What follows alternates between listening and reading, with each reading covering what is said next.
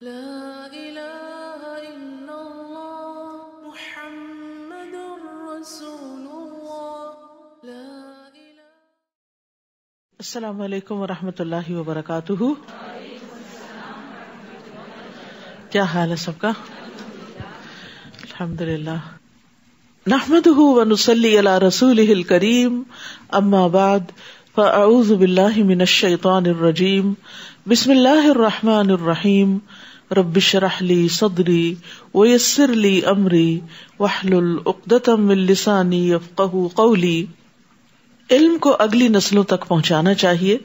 زیاد بن لبید رضی اللہ عنہ سے روایت ہے کہ نبی صلی اللہ علیہ وسلم نے کسی بات کا ذکر کر کے فرمایا کہ یہ اس وقت ہوگا جب علم اٹھ جائے گا. میں نے عرض کیا، اے اللہ کے رسول صلی اللہ علیہ وسلم، علم کیسے اٹھ جائے گا؟ حالانکہ ہم خود قرآن پڑھتے ہیں اور اپنے بیٹوں کو پڑھاتے ہیں اور ہمارے بیٹے اپنے بیٹوں کو، اس طرح نسل در نسل قیامت تک پڑھاتے رہیں گے. فرمایا، زیاد تیری ماں تجھ پہ روئے، یعنی تم سمجھ نہیں رہے. میں تو تمہیں مدینہ کے سمجھدار لوگوں میں شمار کرتا تھا. کیا یہ یہود و نصارہ تورات اور انجیل نہیں پڑھتے لیکن اس کی کسی بات پر عمل نہیں کرتے؟ تو علم آگے نہیں پھیلتا جب تک کہ اس پر عمل نہ کیا جائے، کیونکہ لوگ کتابوں سے زیادہ، لیکچر سے زیادہ دوسروں کو ایز اے رول ماڈل دیکھنا چاہتے ہیں، اور پھر جب وہ دوسرے کے عمل میں کوئی چیز دیکھتے ہیں تو اس کو لینا اور اس کو کرنا بھی آسان ہو جاتا ہے. اور اسی طرح یہ ہے کہ ہمیں صرف اپنے تک ہی علم کو نہیں رکھنا چاہیے، اسے آگے کی نسلوں میں بھی ٹرانسفر کرنا چاہیے. 22واں پارہ. اعوذ باللہ من الشیطان الرجیم. بسم اللہ الرحمن الرحیم. ومن يقنت منكن لله ورسوله وتعمل صالحا نؤتها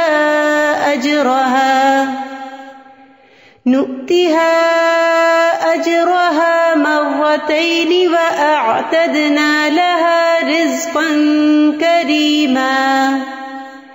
يا نساء النبي لستن كأحد من النساء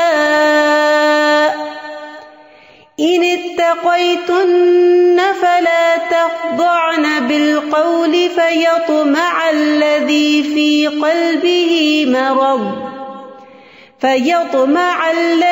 في قلبه مرض وقلن قولا معروفا. شروع کرتی ہوں اللہ کے نام سے جو بے انتہا مہربان نہایت رحم فرمانے والا ہے.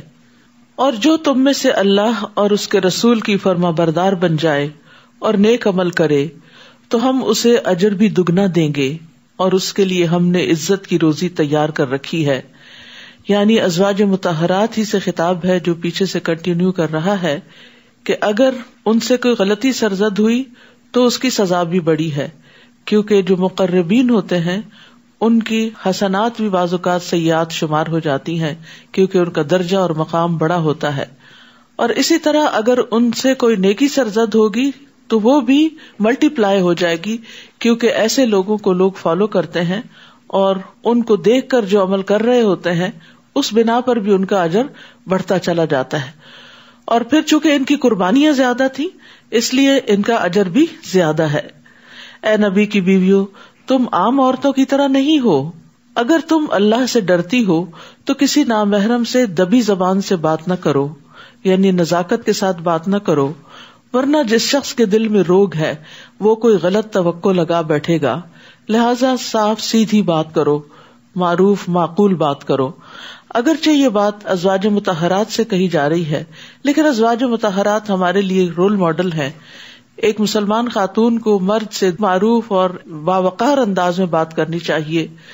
ایسے انداز میں لگی لپٹی باتیں نہیں کرنی چاہیے کہ جس سے دوسرا شخص کسی غلط فہمی کا شکار ہو جائے یا وہ عورت کی طرف مائل ہو جائے. پھر اسی طرح یہ ہے کہ نامحرم عورتوں سے تنہائی میں بھی بات کرنے سے ممانعت کی گئی. علی بن ابی طالب رضی اللہ عنہ سے روایت ہے کہتے ہیں کہ آپ صلی اللہ علیہ وسلم نے خامندوں کی اجازت کے بغیر عورتوں سے گفتگو کرنے سے منع کیا، یعنی مردوں کو منع کر دیا کہ وہ اس وقت تک عورتوں سے ڈائریکٹ بات نہ کرے جب تک ان کے ہسبینڈز اجازت نہ دیں یا پسند نہ کریں. اور یہاں یہ جو بات کی گئی ہے کہ لا تخضعن بالقول، تو اس کا مطلب یہ نہیں ہے کہ آرام سے بات نہ کرے یا معقول طریقے سے بات نہ کرے بلکہ سخت لہجے اور بد کلامی سے بات کرے، یہ معنی نہیں ہے. یعنی جب نرم لہجے اور نزاکت سے بات کرنے سے منع کیا گیا تو یہ خیال آ سکتا ہے کہ شاید سختی سے بات کرنے کا حکم دیا جا رہا ہے. تو بلا وجہ کسی مرد سے سختی سے بھی بات کرنے کی ضرورت نہیں. اس میں انسان کو ایک معروف انداز، باوقار انداز، ایک ٹھہرا ہوا انداز اختیار کرنا چاہیے. وَقَرْنَ فِي بُيُوتِكُنَّ وَلَا تَبَرَّجْنَ تَبَرُّجَ الْجَاهِلِيَّةِ الْأُولَى، اور اپنے گھروں میں قرار پکڑے رہو، پہلے دور جاہلیت کی طرح اپنی زیب و زینت کی نمائش نہ کرتی پھرو. یعنی ازواج مطہرات کو خاص حکم ہے اور ان کے بعد پھر آپ کی جو امت کی خواتین ہیں ان کے لیے بھی. اس میں ایک بات تو یہ بتا دی گئی کہ عورت کا اصل دائرہ کار جو ہے وہ اس کا گھر ہے. ضرورت کے تحت وہ باہر نکل سکتی ہے، کیونکہ اس کے بارے میں حدیث میں آتا ہے کہ اپنی عورتوں کو مساجد سے مت روکو، مسجد جانے سے مت روکو، مگر ان کے گھر ان کے لیے بہتر ہیں. پھر اسی طرح یہ ہے کہ حضرت عائشہ کہتی ہیں کہ حضرت سودا پردے کا حکم نازل ہونے سے پہلے اپنی کسی ضرورت سے گھر سے باہر گئیں. وہ بھاری بھرکم خاتون تھی، جو بھی انہیں دیکھتا پہچان جاتا تھا، وہ کسی سے چھپ نہیں سکتی تھی. تو حضرت عمر نے ان کو دیکھ لیا، کہا اے سودا، اللہ کی قسم آپ اپنے آپ کو ہم سے چھپا نہیں سکتی، دیکھیں آپ کس طرح باہر نکلتی ہیں. سودا یہ سن کر الٹے پاؤں واپس آ گئی گھر، جبکہ رسول اللہ صلی اللہ علیہ وسلم اس وقت حضرت عائشہ کے حجرے میں تھے اور رات کا کھانا کھا رہے تھے. آپ کے ہاتھ میں اس وقت گوشت کی ایک ہڈی تھی.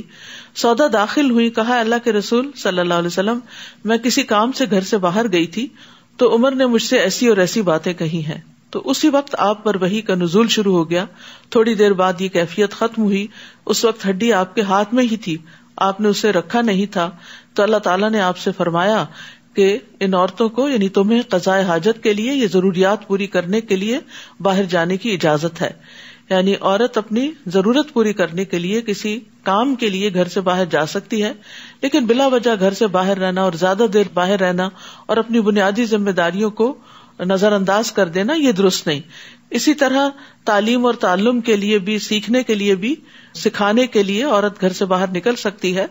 ابو سعید رضی اللہ عنہ سے مروی ہے کہ ایک عورت رسول اللہ صلی اللہ علیہ وسلم کی خدمت میں حاضر ہوئی اور کہا یا رسول اللہ، آپ کی تمام احادیث مرد لے گئے، ہمارے لیے بھی اپنی طرف سے کوئی دن مخصوص کریں جس میں ہم آپ کے پاس آئیں اور آپ ہمیں وہ تعلیمات دیں جو اللہ نے آپ کو سکھائی ہیں. تو نبی صلی اللہ علیہ وسلم نے فرمایا فلاں فلاں دن فلاں فلاں جگہ پر جمع ہو جاؤ. چنانچہ عورتیں جمع ہوئی اور آپ صلی اللہ علیہ وسلم ان کے پاس آئے اور انہیں وہ سکھایا جو اللہ نے آپ کو سکھایا تھا. پھر اسی طرح اس آیت میں جو دوسرا حکم ہے ولا تبرجن تبرج الجاہلیۃ الاولی، کہ دور جاہلیت جیسا اپنی زیب و زینت نہ دکھاؤ. یہ تبرج کا لفظ جو ہے یہ بروج سے ہے. بروج کہتے ہیں اپنے آپ کو نمایاں کرنے کو. حضرت ابو ہریرہ سے مروی ہے کہ رسول اللہ صلی اللہ علیہ وسلم نے فرمایا اللہ کی بندیوں کو اللہ کی مسجدوں سے مت روکو، لیکن انہیں چاہیے کہ زیب و زینت کے بغیر نکلیں. یعنی مسجد جاتے ہوئے میک اپ کر کے اور بہت ایسا ڈریس پہن کے نہیں جائیں کہ جس میں مردوں کے ساتھ جب انٹریکشن ہو تو دوسروں کے لیے فتنے کا باعث بنے. پھر اسی طرح رسول اللہ صلی اللہ علیہ وسلم نے فرمایا تمہاری بدترین عورتیں وہ ہیں جو اپنی زیب و زینت کی نمائش کرنے والی ہیں اور اکڑ کر چلنے والی ہیں. یعنی چال سے بھی وہ دوسروں کو اپنی طرف مائل کرتی ہیں اور یہی منافق عورتیں ہیں. تو دور جاہلیت میں چونکہ خواتین اس قسم کے کام کرتی تھی تو مسلمان عورتوں سے یہ کہا کہ تم دور جاہلیت کی روایات کو نہ اپناؤ، تم اسلامی طریقے کو اپناؤ، ایک باوقار انداز اختیار کرو. یعنی مرد اور عورت کے انٹریکشن کو ختم تو نہیں کیا جا سکتا، لیکن وہ حدود کے اندر ہونا چاہیے کہ جس سے مسائل پیدا نہ ہوں اور گھروں کے اندر بے چینی پیدا نہ ہو. وَأَقِمْنَ الصَّلَاةَ اور نماز قائم کرو، وَآتِينَ الزَّكَاةَ اور زکوٰۃ ادا کرو، وَأَطِعْنَ اللَّهَ وَرَسُولَهُ اور اللہ اور اس کے رسول کی اطاعت کرو. إِنَّمَا يُرِيدُ اللَّهُ لِيُذْهِبَ عَنْكُمُ الرِّجْسَ أَهْلَ الْبَيْتِ وَيُطَهِّرَكُمْ تَطْهِيرًا.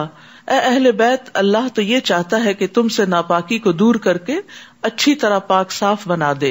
یعنی صرف ظاہری ناپاکی نہیں بلکہ باطن کی طہارت بھی. اور اہل بیت سے مراد آپ کی ازواج مطہرات بھی ہیں اور آپ کی بیٹی فاطمہ رضی اللہ تعالی عنہا، آپ کے داماد اور حضرت حسن حسین یعنی یہ چاروں بھی، اور پھر ازواج مطہرات قرآن کی روح سے اور یہ چاروں حدیث کی روح سے سب کے سب اہل بیت میں شمار ہوتے ہیں. تو چونکہ وہ نبی کا گھرانہ تھا، دوسروں کے لیے ایک مثال تھا، اس لیے خاص طور پر اس کو ہر لحاظ سے ایک آئیڈیل گھرانہ بنانا مقصود تھا، تو اس کی طرف توجہ دلائی گئی. اور ازواج مطہرات کو کیا حکم دیا گیا؟ وَاذْكُرْنَ مَا يُتْلَى فِي بُيُوتِكُنَّ مِنْ آيَاتِ اللَّهِ وَالْحِكْمَةِ، اور جو تمہارے گھروں میں اللہ کی آیات اور حکمت کی باتیں پڑھ کر سنائی جاتی ہیں انہیں یاد رکھو، بلا شبہ اللہ بڑا باریک بین اور باخبر ہے. یعنی نبی صلی اللہ علیہ وسلم کے گھر میں چونکہ وحی اترتی تھی اور آپ پر وحی میں کچھ تو قرآن پاک کی آیات ہوتی تھی اور کچھ احادیث ہوتی تھی. جیسے ابھی پیچھے میں نے حضرت سودا کی مثال میں آپ کو بتایا کہ کس طرح آپ صلی اللہ علیہ وسلم کھانا کھا رہے تھے تو بیچ میں ہی وحی کی کیفیت آ گئی اور حضرت سودا کے سوال کا جواب مل گیا کہ کیا عورت ضرورت کے تحت بھی گھر سے نکل سکتی ہے یا نہیں. تو آپ صلی اللہ علیہ وسلم نے اسی وقت ان کو یہ بات بتا دی. تو یہ بھی وحی کی ایک قسم ہے. حدیث بھی کیا ہے؟ وحی کی ایک قسم ہے. قرآن کی تلاوت کی جاتی ہے، حدیث کی اس طرح تلاوت نہیں کی جاتی، لیکن حدیث کو بھی پڑھ کے سنایا ضرور جاتا ہے، یعنی اس کی بھی تعلیم دی جاتی ہے.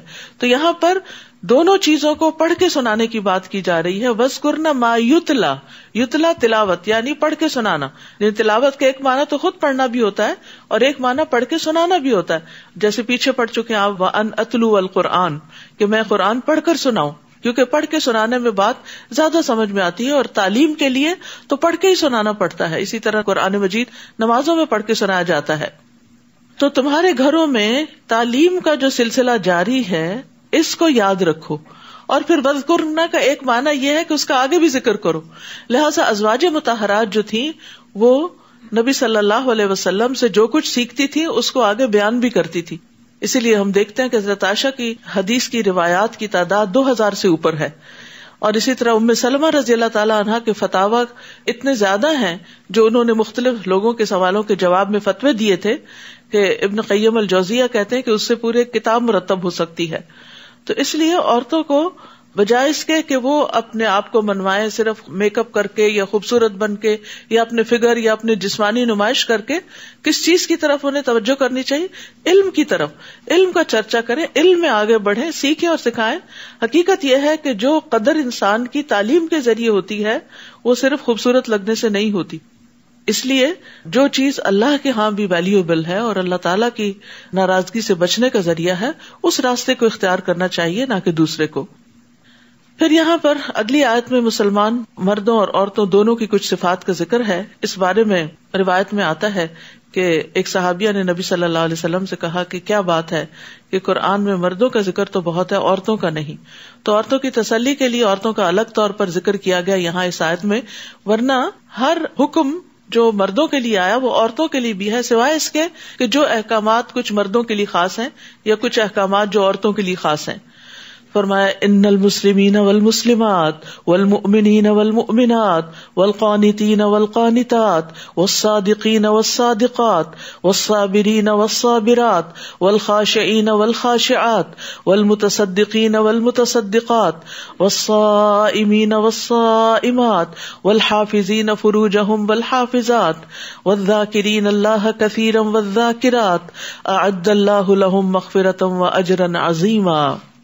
بے شک مسلمان مرد اور مسلمان عورتیں اور مومن مرد اور مومن عورتیں اور فرما بردار مرد اور فرما بردار عورتیں اور سچے مرد اور سچی عورتیں اور صبر کرنے والے مرد اور صبر کرنے والی عورتیں اور عاجزی کرنے والے مرد اور عاجزی کرنے والی عورتیں اور صدقہ دینے والے مرد اور صدقہ دینے والی عورتیں اور روزہ رکھنے والے مرد اور روزہ رکھنے والی عورتیں اور اپنی شرمگاہوں کی حفاظت کرنے والے مرد اور حفاظت کرنے والی عورتیں اور اللہ کا بہت ذکر کرنے والے مرد اور ذکر کرنے والی عورتیں، ان کے لیے اللہ نے بڑی بخشش اور بہت بڑا اجر تیار کر رکھا ہے. تو یہاں پر آپ دیکھتے ہیں کہ ساری صفات کا احاطہ کر لیا گیا ہے، جس میں بنیادی صفات یعنی ایمان، اسلام اور پھر اطاعت گزاری، فرما برداری، پھر کچھ اخلاقی جو ٹریٹس ہیں، حسن اخلاق سے متعلق چیزیں ہیں، سچ ہے، صبر ہے، پھر اسی طرح عاجزی کرنا اور انکساری سے کام لینا، پھر اپنے مال کا صدقہ کرنا اور پھر روزہ رکھنا اور پھر اپنی شرمگاہوں کی حفاظت یعنی اوور آل حیا اور شرم سے کام لینا. یہ ساری چیزیں ذکر کرنے کے بعد آخری کوالٹی جس کا خاص طور پر ذکر کیا وہ کیا ہے؟ کثرت سے اللہ کا ذکر کرنے والے مرد اور عورتیں. یعنی ایک عورت جو ہے یا ایک مرد جو ہے وہ اگر عبادت گزار بھی ہے اور اطاعت گزار بھی ہے اور شرم و حیا والا بھی ہے اور سب کچھ، تو اس میں بہت سے لوگ ایک دوسرے سے درجے میں برابر ہو جائیں گے، لیکن ذکر کرنے والے وہ سب سے آگے نکل جائیں گے. جیسے حدیث میں آتا ہے سبق المفردون قالوا وما المفردون یا رسول اللہ قال الذاکرون اللہ کثیرا والذاکرات. نبی صلی اللہ علیہ وسلم نے فرمایا مفردون سبقت لے گئے، آگے بڑھ گئے. صحابہ نے پوچھا اللہ کے رسول مفردون کون ہیں؟ آپ نے فرمایا کثرت سے اللہ کا ذکر کرنے والے مرد اور ذکر کرنے والی عورتیں. اور ایک اور روایت میں ہے جو اللہ کے ذکر میں مشغول رہتے ہیں، یعنی وہ لوگ جو نمازوں کے بعد ذکر کرتے ہیں، صبح اور شام کے اذکار کرتے ہیں، بستر پر جا کر سونے سے پہلے کے اذکار کرتے ہیں، نیند سے جاگ کر اللہ کا ذکر کرتے ہیں، اپنے گھر سے نکلتے ہیں تو اللہ کا ذکر کرتے ہیں، کھانا کھاتے ہیں تو اللہ کا ذکر کرتے ہیں، ٹوائلٹ جاتے ہیں تو اللہ کا ذکر کر کے اندر داخل ہوتے ہیں. یعنی کوئی مرحلہ ایسا نہیں کہ جس میں وہ اللہ کو یاد نہ کریں. تو یاد رکھیے اللہ کے ذکر سے بخشش بھی ملتی ہے اور گناہ نیکیوں میں بدل جاتے ہیں. مسند احمد کی روایت ہے رسول اللہ صلی اللہ علیہ وسلم نے فرمایا جب کوئی جماعت اکٹھی ہو کر اللہ کا ذکر کرتی ہے اور اس سے اس کا مقصد صرف اللہ کا چہرہ ہوتا ہے تو آسمان سے ایک منادی آواز لگاتا ہے کہ تم اس حال میں کھڑے ہوئے ہو کہ تمہارے گناہ معاف ہو چکے، تحقیق تمہارے گناہ نیکیوں میں بدل دیے گئے. تو یہ جماعت اکٹھی ہو کر، جیسے ہم سب صرف ایک ہی مقصد کے لیے آئے کہ یہاں بیٹھ کر اللہ کی کتاب کا ذکر کریں اور اللہ ہی کی خاطر یہ ساری باتیں سیکھیں اور سکھائیں، تو اگر ہماری نیت واقعی خالص ہوگی تو انشاءاللہ اس مجلس میں نہ صرف یہ کہ علم حاصل ہوگا بلکہ اس کے ساتھ ساتھ گناہ بھی معاف ہوں گے، بلکہ گناہ جو ہیں وہ نیکیوں میں بدل جائیں گے. اللہ سبحانہ وتعالی ہم سے یہ وعدے پورے فرمائے. کسی مومن مرد اور مومن عورت کو یہ حق نہیں کہ جب اللہ اور اس کا رسول کسی کام کا فیصلہ کر دے تو ان کے لیے اپنے معاملے میں کچھ اختیار باقی رہ جائے، اور جو اللہ اور اس کے رسول کی نافرمانی کرے تو وہ یقیناً صریح گمراہی میں جا پڑا. تو یہاں پر مومن مرد اور عورت کی بات کی جا رہی ہے کہ ایمان کا تقاضا یہ ہے کہ اللہ اور اس کے رسول کے فیصلوں پر لبیک کہا جائے، ان پر گھٹن محسوس نہ کی جائے، کیونکہ اسلام کا دین کا تقاضا یہی ہے کہ انسان اپنے معاملات میں اور خاص طور پر جھگڑوں میں اللہ اور اس کے رسول کی بات کو اہمیت دیں اور اس کے آگے پوری طرح سر تسلیم خم کر دیں. ثم لا يجدوا في انفسهم حرجا مما قضيت ويسلموا تسلیما. تو ہر حال میں آپ کا حکم ماننا جو ہے وہ فرض ہے. عبداللہ بن رواحہ سے روایت ہے کہ وہ رسول اللہ صلی اللہ علیہ وسلم کے ساتھ ایک سفر میں تھے. آپ نے ان سے فرمایا اے ابن رواحہ نیچے اترو اور سواریوں کو دوڑاؤ. انہوں نے کہا اللہ کے رسول میں تو یہ کام چھوڑ چکا ہوں. یہ سن کر حضرت عمر نے ان سے کہا سنو اور اطاعت کرو، اللہ کے رسول صلی اللہ علیہ وسلم نے ایک بات فرمائی ہے تو تمہیں کرنی ہے. یہ کیا بات ہوئی کہ میں چھوڑ چکا ہوں؟ تو ابن رواحہ نے اپنے آپ کو نیچے گرا دی، یعنی سواری سے فوراً چھلانگ لگا دی اور کہا اے اللہ اگر تو نہ ہوتا تو ہم ہدایت نہ پاتے، نہ ہم صدقہ کرتے، نہ ہی ہم نماز پڑھتے. ہم پر سکینت نازل کر دے اور جب دشمنوں سے آمنا سامنا ہو تو ثابت قدمی عطا کر دے. یعنی فوراً ہی پھر اللہ کے رسول صلی اللہ علیہ وسلم کی اطاعت پر دوڑ پڑے. اصل میں یہ آیت ایک پس منظر میں ہے، وہ یہ کہ حضرت زید رضی اللہ عنہ جو تھے نبی صلی اللہ علیہ وسلم کے آزاد کردہ غلام تھے، اور آپ نے ان کو اپنا بیٹا بنایا تھا. بہت سی ان میں زبردست کوالٹیز ہیں اور آپ ان سے بے پناہ محبت کرتے تھے. جب ان کی شادی کا وقت آیا تو آپ نے اپنی پھپھی کی بیٹی حضرت زینب سے ان کی شادی کا پیغام بھیجا. تو حضرت زینب چونکہ عربوں میں سے تھیں اور ان کے یہاں حسب نسب کا بہت احساس ہوتا تھا، اگرچہ حضرت زید بھی اصلاً عرب ہی تھے لیکن چونکہ غلامی گزار چکے تھے تو اس لیے ان کے دل میں تھوڑی سی گھٹن تھی. لیکن نبی صلی اللہ علیہ وسلم نے جب حکم دیا تو اس حکم کو مان لیا، لیکن ایک تردد کے بعد.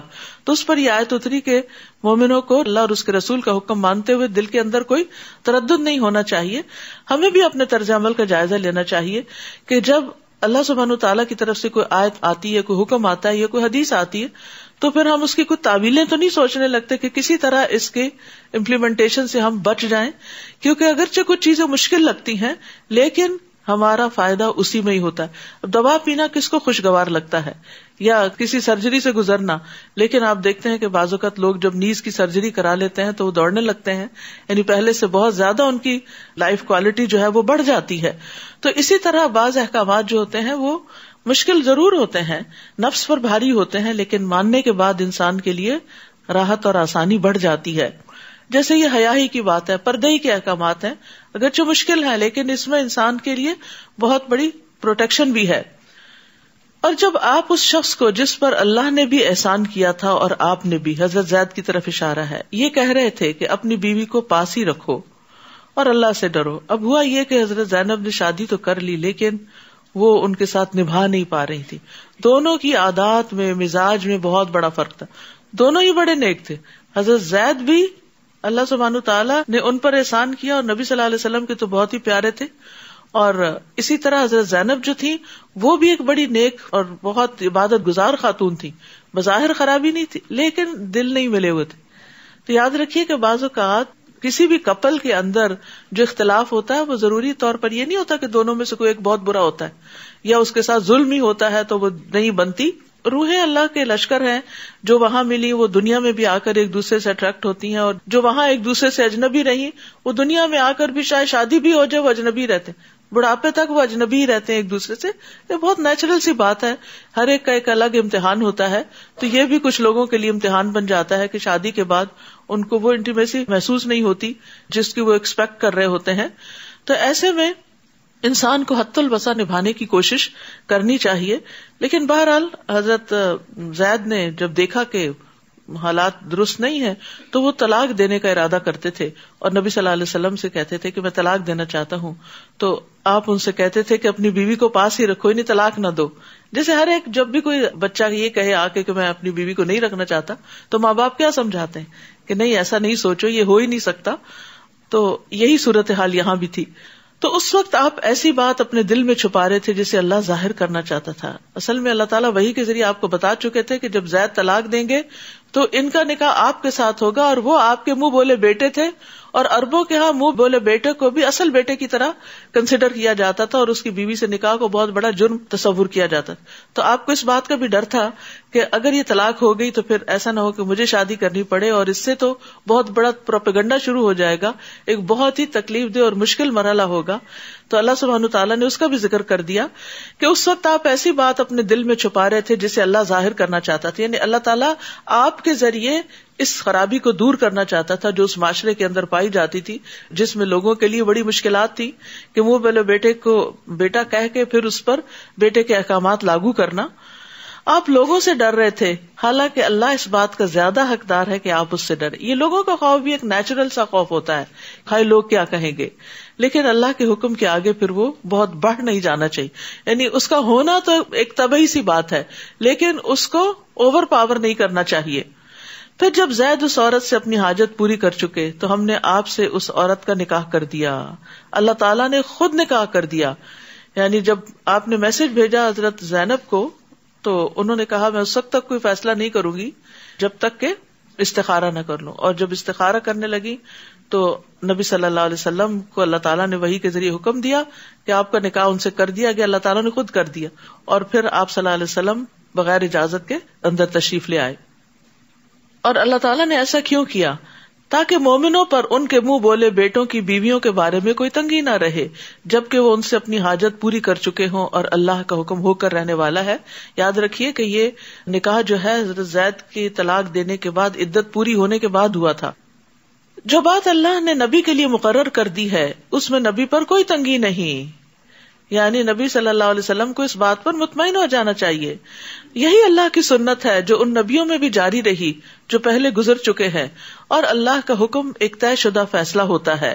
جو لوگ اللہ کے پیغامات پہنچایا کرتے تھے اور اسی سے ڈرتے تھے، اللہ کے سوا اور کسی سے نہیں ڈرتے تھے، اور حساب لینے کو اللہ ہی کافی ہے. ما كان محمد ابا احد من رجالكم ولكن رسول الله وخاتم النبيين وكان الله بكل شيء عليما.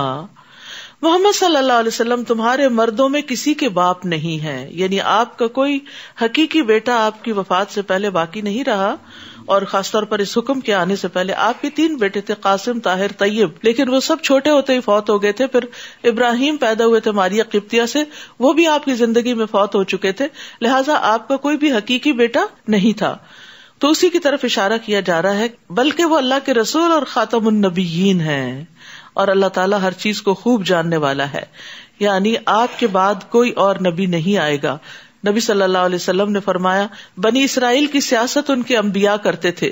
جب کوئی نبی وفات پا جاتا تو اس کی جگہ دوسرا نبی آ جاتا, اور یقیناً میرے بعد کوئی نبی نہیں ہے, اور ان قریب میرے بعد خلفاء ہوں گے اور بہت ہوں گے. آپ نے اس بات سے بھی خبردار کیا کہ بے شک میری امت میں 30 کذاب ہوں گے, جن میں سے ہر ایک یہ دعویٰ کرے گا کہ وہ نبی ہے, اور میں خاتم النبیین ہوں, میرے بعد کوئی نبی نہیں. یعنی نہ کوئی نبی ہے نہ کوئی رسول ہے. آپ کے بعد کسی کو بھی نبی یا رسول ماننا جو ہے وہ بنیادی عقیدے میں خلل ڈال دیتا ہے. پھر فرمایا یا ایھا الذین آمنوا اذکروا اللہ ذکرا کثیرا, اے ایمان والو اللہ کو بہت زیادہ یاد کیا کرو, کثرت سے ذکر کیا کرو. وسبحوہ بکرۃ واصیلا, اور صبح و شام اس کی تسبیح بیان کیا کرو. یعنی اللہ کا شکر ادا کرنے کے لیے اللہ کا ذکر کریں. اور پھر یہ ذکر جو ہے یہ نماز بھی ہے. نماز تو ذکر کا سب سے بڑا طریقہ ہے, جس میں زبان بھی ذکر کرتی ہے, جس میں انسان کا دل بھی ذکر کرتا ہے, اللہ کی طرف متوجہ ہوتا ہے, جس میں انسان کے ہاتھ پاؤں بھی شریک ہو جاتے ہیں. اسی طرح قرآن کی تلاوت, تسبیحات, درود شریف, آیت کریمہ, یہ تمام چیزیں جو ہیں یہ اللہ کا ذکر شمار ہوتی ہیں. اسی طرح دین کی تعلیم دینا, قرآن پڑھنا, پڑھ کر سنانا, اس کا مذاکرہ کرنا, یہ بھی ذکر ہی کی قسمیں ہیں. لیکن کچھ ذکر جو ہیں ان کے خاص ہونے کا حدیث سے پتہ چلتا ہے. رسول اللہ صلی اللہ علیہ وسلم نے فرمایا سبحان اللہ والحمد للہ ولا الہ الا اللہ واللہ اکبر کہنا میرے نزدیک ہر اس چیز سے محبوب ہے جس پر سورج طلوع ہوتا ہے, جس پر سورج طلوع ہوتا ہے. یعنی اس دنیا کی ساری چیزوں سے قیمتی ہے یہ ذکر, سبحان اللہ والحمد للہ ولا الہ الا اللہ واللہ اکبر. لہذا ہم سب کو اس کا اہتمام کرنا چاہیے. جیسے آپ نماز کے لیے اٹھتے ہیں, پہلے میں نے کہا تھا اوقات کچھ لگا لیں اپنی طرف سے, یعنی یہ نہیں کہ ایک وقت سب کے لیے کوئی پابندی کرے, کیونکہ اس طرح تو بدعت ہو جاتی دین میں. وہ چیزیں لاگو کر دینا جو نبی صلی اللہ علیہ وسلم نے ہمیں ان کی پابندی ان اوقات میں نہیں سکھائی, لیکن ہر کوئی اپنی پلاننگ کے طور پر, اپنی ڈسپلن کے طور پر, اپنے حالات کے مطابق اپنے آپ کو باندھنے کے لیے کچھ نہ کچھ اپنے لیے مقرر کر لے. تو اس صورت میں مثلاً جیسے آپ نماز کے بعد کھڑے ہو رہے ہوتے ہیں, اپنی چادر وغیرہ طے کر رہے ہوتے ہیں یا اپنا شوز پہن رہے ہوتے ہیں, تو اتنی دیر میں آپ کم از کم 3 دفعہ یہ تسبیح آرام سے پڑھ سکتے ہیں.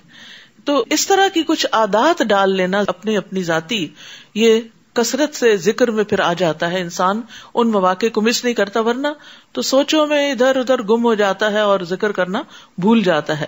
اسی طرح یہاں خاص طور پر سبحوہ بکرۃ واصیلا, صبح اور شام تسبیح زیادہ مفید ہے. رسول اللہ صلی اللہ علیہ وسلم نے فرمایا جو آدمی صبح و شام 100 مرتبہ سبحان اللہ و بحمدہ پڑھتا ہے, قیامت کے دن کوئی بھی اس سے زیادہ افضل عمل نہیں لا سکتا سوائے اس کے جس نے اس کے برابر یا اس سے زیادہ پڑھا ہو. بہترین افضل ترین عمل ہوگا آپ کے نامہ اعمال میں اگر آپ سورج نکلنے سے پہلے اور سورج غروب ہونے سے قبل آپ سبحان اللہ و بحمدہ 100 دفعہ پڑھ لیں. 3-4 منٹ بھی نہیں لگتے, آپ کر کے تو دیکھیں, صرف عادت کی بات ہے. اور اس وقت آپ اپنے آپ سے پوچھیں کہ آپ کیا کام کر رہے ہوتے ہیں, کیا آپ ایکسرسائز کر رہے ہیں, کیا آپ واک کر رہے ہیں, کیا آپ کوئی گھر کا کام کر رہے ہیں, کوکنگ کر رہے ہیں. تو اس وقت میں اس کام کے ساتھ اس تسبیح کو باندھ لیں. ایک دفعہ ٹائمنگ کر لیں کہ کتنی دیر میں 100 دفعہ ہوتا ہے, پھر اس کے بعد کام کرتے ہوئے چاہے تسبیح آپ کے ہاتھ میں نہیں ہے, گن نہیں سکتے, لیکن اتنے ٹائم کے لیے آپ تسبیح کریں گے تو آپ کے 100 پورے ہو جائیں گے, کیونکہ یہاں گنتی کو محدد کیا گیا, یعنی گنتی کا ذکر کیا گیا. تو جہاں جہاں شرع نے گنتی ذکر کر دی ہے وہاں اس گنتی کی پابندی کرنا بھی ضروری ہے. وہی ہے جو تم پر رحمت فرماتا ہے, هو الذی یصلی علیکم وملائکتہ, اور اس کے فرشتے بھی تمہارے لیے دعائے رحمت کرتے ہیں تاکہ وہ تمہیں اندھیروں سے نکال کر روشنی کی طرف لے جائے, اور اللہ مومنوں پر بہت مہربان ہے. سبحان اللہ. اسی لیے اللہ سبحانہ تعالیٰ نے مومنوں کو اچھے اچھے احکامات دیے ہیں تاکہ وہ اس دنیا کی زندگی میں بھی مشکلات سے بچ سکیں اور آئندہ بھی. جس دن وہ اللہ سے ملیں گے ان کا استقبال سلام سے ہوگا, اللہ کی ملاقات بھی سلام سے, اور اس نے ان کے لیے باعزت اجر تیار کر رکھا ہے. اے نبی ہم نے آپ کو گواہی دینے والا, بشارت دینے والا اور ڈرانے والا بنا کر بھیجا ہے. یعنی نبی صلی اللہ علیہ وسلم کی یہ صفات تورات میں بھی بیان ہوئی ہیں, اور یہاں خوشخبری کو مقدم رکھا گیا ہے کیونکہ آپ سارے جہان والوں کے لیے باعث رحمت تھے، اور آپ لوگوں کو خوشخبریاں بھی سنایا کرتے تھے. مثلاً آپ نے خوشخبری سنائی کہ لوگوں خوش ہو جاؤ، اور اپنے بعد میں آنے والوں کو بھی خوشخبری سنا دو کہ جس نے سچے دل سے گواہی دی کہ اللہ کے سوا کوئی الہ نہیں تو وہ جنت میں داخل ہوگا. اسی طرح ایک اور موقع پر آپ نے فرمایا خوش ہو جاؤ، خوش ہو جاؤ، جس نے 5 نمازیں پڑھی، کبیرہ گناہوں سے بچا، وہ جنت کے جس دروازے سے چاہے داخل ہو جائے. اور کبیرہ گناہ یہ ہیں والدین کی نافرمانی، اللہ کے ساتھ شرک، جان کا قتل کرنا، پاک دامن عورتوں پر تہمت لگانا، یتیم کا مال کھانا، جنگ سے بھاگنا اور سود کھانا. نبی صلی اللہ علیہ وسلم نے انذار بھی کیا، لوگوں کو ڈرایا بھی، خبردار بھی کیا، اور ان کو مختلف غلط کاموں پر سزا بھی بتائی. وَدَاعِيًا إِلَى اللَّهِ بِإِذْنِهِ وَسِرَاجًا مُنِيرًا، نیز اللہ کے حکم سے اس کی طرف بلانے والا اور روشن چراغ بنا کر بھیجا. یعنی آپ صلی اللہ علیہ وسلم لوگوں کو اللہ کی طرف بلاتے تھے. آپ نے لوگوں کو اپنی ذات کی طرف نہیں بلایا، اللہ کی طرف بلایا. اور پھر آپ ایک روشن چراغ کی طرح تھے جس کی روشنی ہر طرف پھیل جاتی ہے. آپ مومنوں کو خوشخبری دے دیجئے وَبَشِّرِ الْمُؤْمِنِينَ بِأَنَّ لَهُم مِّنَ اللَّهِ فَضْلًا كَبِيرًا، کہ ان پر اللہ کا بہت بڑا فضل ہے. اور یہ ایک حقیقت ہے کہ ایمان سب سے بڑی دولت ہے. اس پر بول کے رو کے اللہ کا شکر ادا کیا کرے کہ اللہ تیرا شکر ہے، تو نے ایمان دیا، تو نے اپنی معرفت دی، اپنی پہچان دی، اپنے دین کو سیکھنے کا شوق دیا اور اس پر عمل کرنے کا شوق دیا. یہ ہے فضلاً کبیرہ. ہم فضل کبیر کس کو سمجھتے ہیں؟ مال و دولت کو یا اولاد کی کامیابی کو، لیکن ہر انسان پر سب سے بڑا فضل اللہ کا دراصل ایمان ہے. اور پھر آخرت میں فضل کبیر کیا ہوگا؟ والذین آمنوا وعملوا الصالحات فی روضات الجنات لہم ما یشاؤون عند ربہم ذلک هو الفضل الکبیر. اور وہ لوگ جو ایمان لائے اور انہوں نے نیک اعمال کیے وہ جنتوں کے باغوں میں ہوں گے، ان کے لیے ان کے رب کے پاس وہ ہوگا جو وہ چاہیں گے. یہی بہت بڑا فضل ہے. وَلَا تُطِعِ الْكَافِرِينَ وَالْمُنَافِقِينَ وَدَعْ أَذَاهُمْ وَتَوَكَّلْ عَلَى اللَّهِ وَكَفَى بِاللَّهِ وَكِيلًا. نیز آپ کافروں اور منافقوں کی بات نہ مانیے اور ان کی اظہار آسانی کی پرواہ نہ کیجیے. یعنی اگر آپ کا وہ مذاق اڑائیں، تنگ کریں تو آپ اس کی پرواہ نہ کریں، اپنا کام کرتے جائیں اور اللہ پر بھروسہ کیجیے، اور کام بنانے کو اللہ ہی کافی ہے. اے ایمان والو، جب تم مومن عورتوں سے نکاح کرو پھر انہیں چھونے سے پہلے طلاق دے دو تو تمہارے لیے ان پر کوئی عدت نہیں جس کے پورا ہونے کا تم مطالبہ کر سکو، لہٰذا اسی وقت انہیں کچھ دے دلا کر بھلے طریقے سے رخصت کر دو. اے نبی، ہم نے آپ پر آپ کی وہ بیویاں حلال کر دی جن کے آپ مہر ادا کر چکے ہیں، اور وہ کنیزیں بھی جو آپ کے قبضے میں ہیں، جیسے ماریہ قبطیہ جو اللہ نے آپ کو غنیمت کے مال سے دی ہیں، نیز آپ کے چچا، پھپھیوں، ماموں، خالاؤں کی بیٹیاں بھی جنہوں نے آپ کے ساتھ ہجرت کی ہے، نیز وہ مسلمان عورت بھی جو اپنے آپ کو نبی کے لیے ہبہ کر دے اور نبی اس کو نکاح میں لینا چاہے. یہ رعایت صرف آپ کے لیے ہے، دوسرے مومنوں کے لیے نہیں.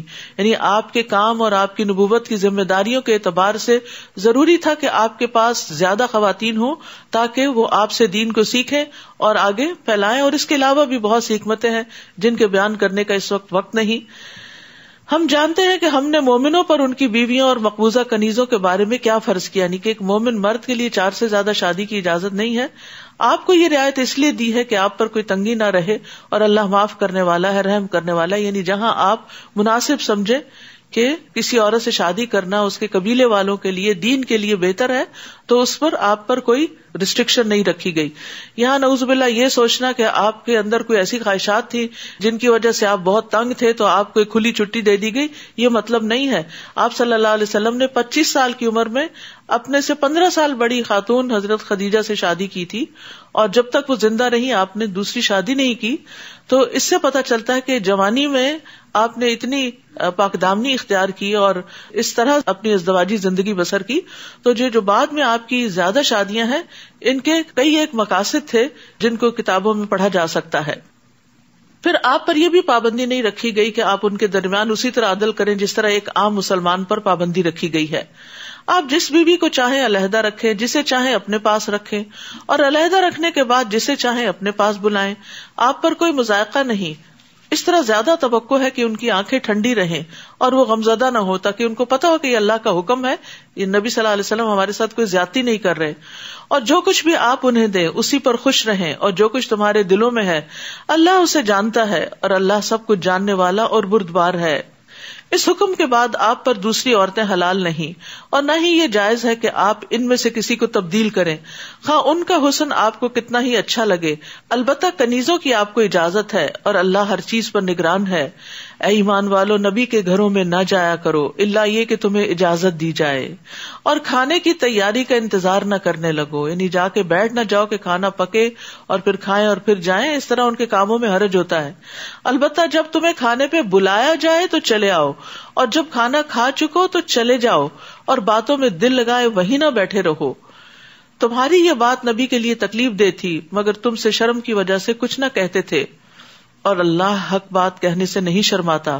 اور جب تمہیں نبی کی بیویوں سے کوئی چیز مانگنا ہو تو پردے کے پیچھے سے رہ کے مانگو، یعنی سامنے آ کے نہیں مانگو. یہ بات تمہارے دلوں کے لیے بھی پاکیزہ تر ہے اور ان کے دلوں کے لیے بھی. تمہارے لیے یہ جائز نہیں کہ تم اللہ کے رسول کو ایذا دو، اور نہ یہ جائز ہے کہ اس کی وفات کے بعد کبھی اس کی بیویوں سے نکاح کرو. بلا شبہ اللہ کے ہاں یہ بڑے گناہ کی بات ہے. تو اس سے کیا پتہ چلتا ہے کہ ازواج مطہرات کے لیے خاص طور پر یہ حکم ہے کہ وہ مردوں سے پردے کے بغیر بات نہ کرے، بیچ میں نقاب یا حجاب ہو، یا جیسے دروازے کی اوٹ ہوتی ہے یا کوئی کرٹن ہوتا ہے اس کے پیچھے سے. اور وجہ کیا بتائے گی؟ تاکہ یہ تمہارے اور ان کے دلوں کی پاکیزگی کا ذریعہ ہو. تو اس سے کیا پتہ چلتا ہے کہ حجاب جو ہے یہ دراصل دلوں کی پاکیزگی کے لیے. اور بہت سے لوگ اپنی پاکیزگی کا بڑا دعویٰ کرتے ہیں، وہ کہتے ہیں کہ ہماری نیتیں بہت اچھی، اس لیے ہمیں حجاب کی ضرورت نہیں. یعنی ازواج مطہرات کیا کم پاکیزہ عورتیں تھیں؟ لیکن ان کو بھی احتیاط برتنے کا حکم دیا گیا.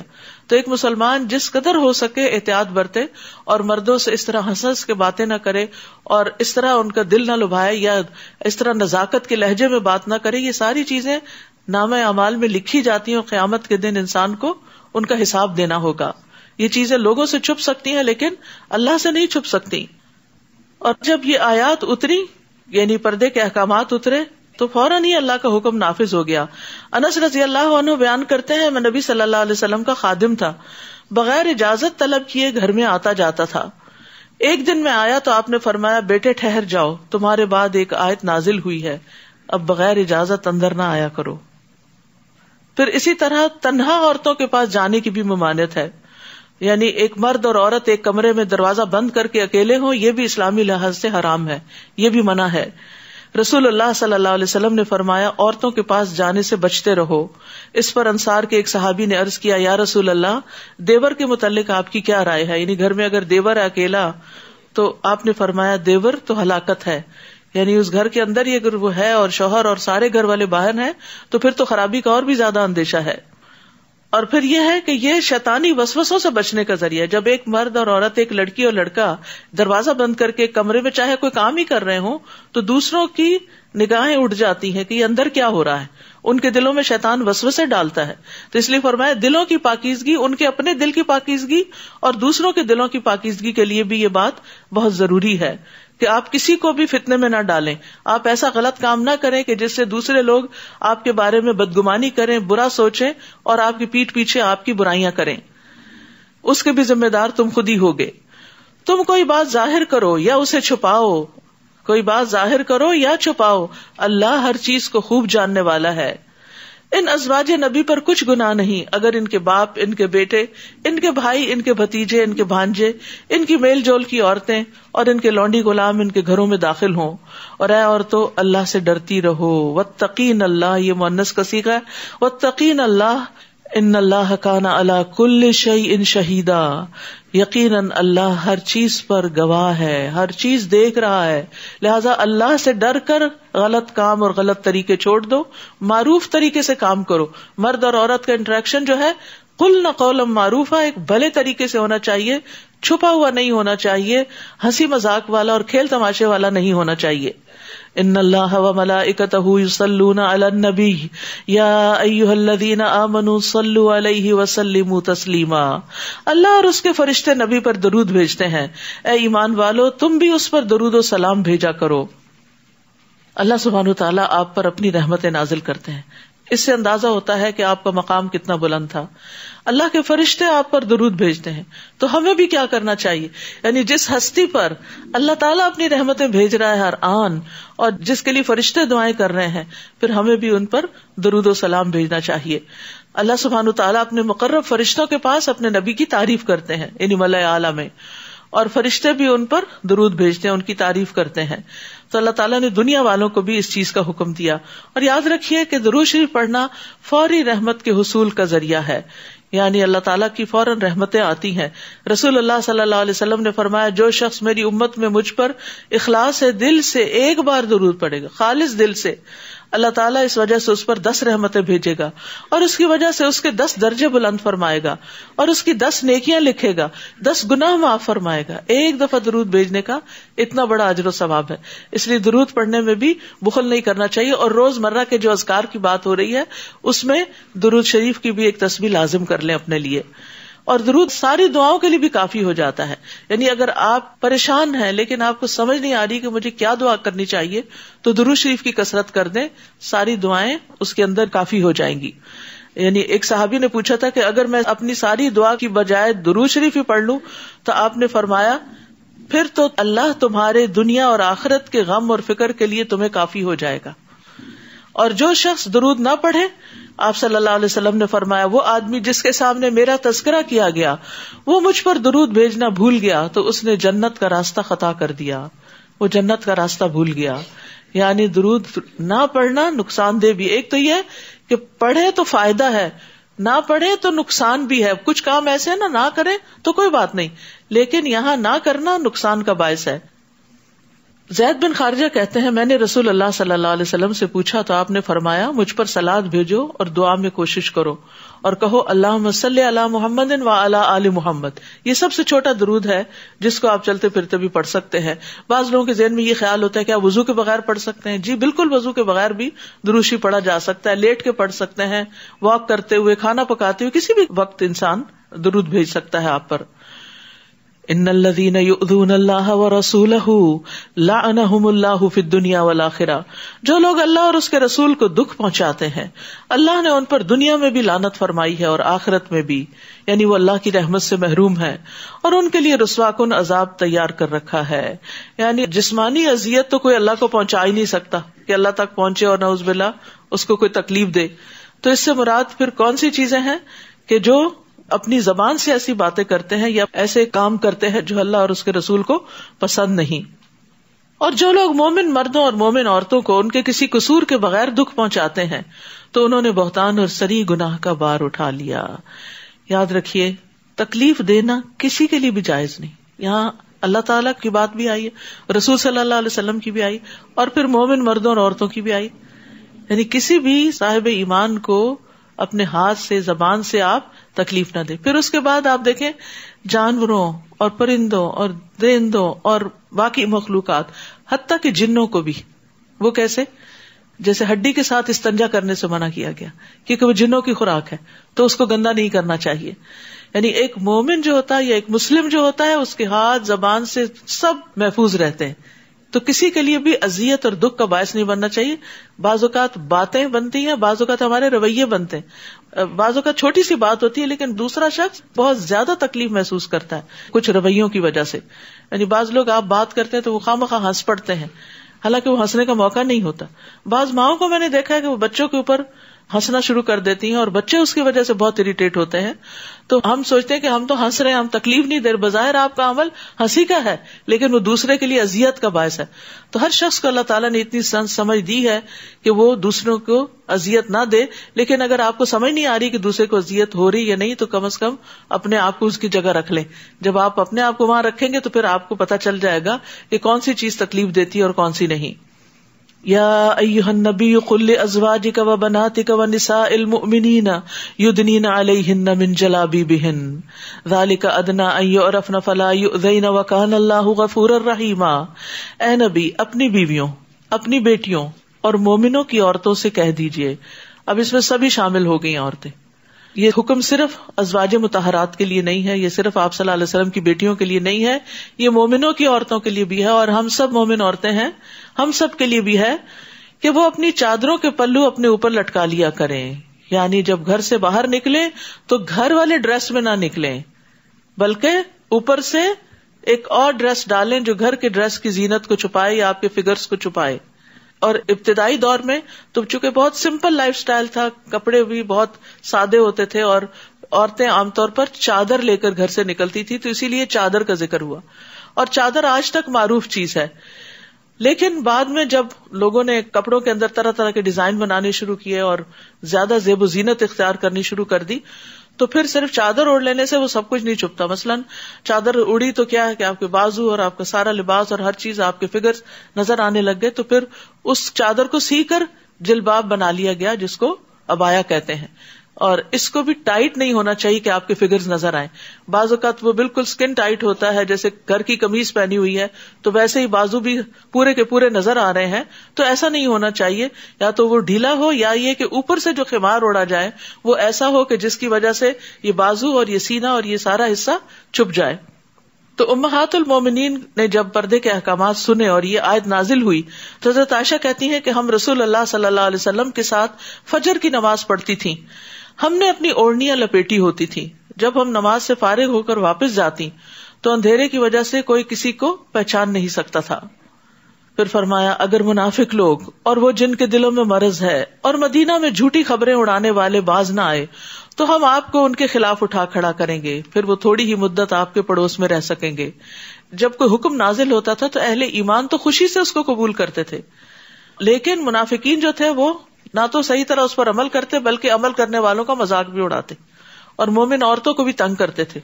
آپ کو معلوم ہے کہ غزوہ بنو قینقاع جو ہے اس کی وجہ ہی یہی بنی تھی کہ ان کے محلے میں ایک عورت کوئی شاپنگ کر رہی تھی تو اس کو تنگ کیا گیا تھا. تو یہاں ان کو وارننگ دی جا رہی ہے. یہ لوگ ملعون ہیں، جہاں بھی یہ پائے جائیں انہیں پکڑ کر بری طرح قتل کر دیا جائے گا. گزشتہ لوگوں میں اللہ کا یہی طریقہ جاری رہا ہے اور آپ اللہ کے اس طریقے میں کوئی تبدیلی نہ پائیں گے. یعنی اگر یہ باز نہیں آئیں گے تو پھر دنیا میں بھی ان کا انجام اچھا نہیں ہوگا جیسے پہلی امتوں میں ہوا. لوگ آپ سے قیامت کے بارے میں پوچھتے ہیں، آپ ان سے کہیے کہ اس کا علم تو اللہ ہی کے پاس ہے، اور آپ کو کیا خبر، شاید وہ قریب ہی آ پہنچی ہو. اللہ تعالیٰ نے یقیناً کافروں پر لعنت کی ہے اور ان کے لیے بھڑکتی ہوئی دوزخ تیار کر رکھی ہے جس میں وہ ہمیشہ رہیں گے اور کوئی حامی و مددگار نہ پائیں گے. جس دن ان کے چہرے آگ میں الٹ پلٹ کیے جائیں گے، جیسے کباب تلا جاتا ہے نا، کبھی ایک طرف کبھی دوسری طرف. وہ کہیں گے یا لیتنا اطعنا اللہ و اطعنا الرسول، اے کاش ہم نے اللہ اور رسول کی اطاعت کی ہوتی، کاش ہم نے اللہ کی بات بھی مانی ہوتی اور رسول اللہ صلی اللہ علیہ وسلم کی بات مانی ہوتی.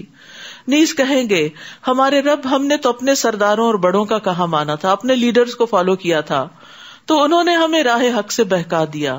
بعض اوقات انسان اپنے سے کسی بڑے سے پریشرائز ہو کر اللہ کے حکم کی نافرمانی کرتا ہے تو قیامت کے دن وہ اپنا یہ عذر پیش کریں گے کہ ہم تو چاہتے تھے کہ آپ کی اطاعت کریں لیکن انہوں نے نہیں کرنے دی. تو آپ کا کیا خیال ہے کہ ان کا یہ عذر قبول کر لیا جائے گا؟ نہیں.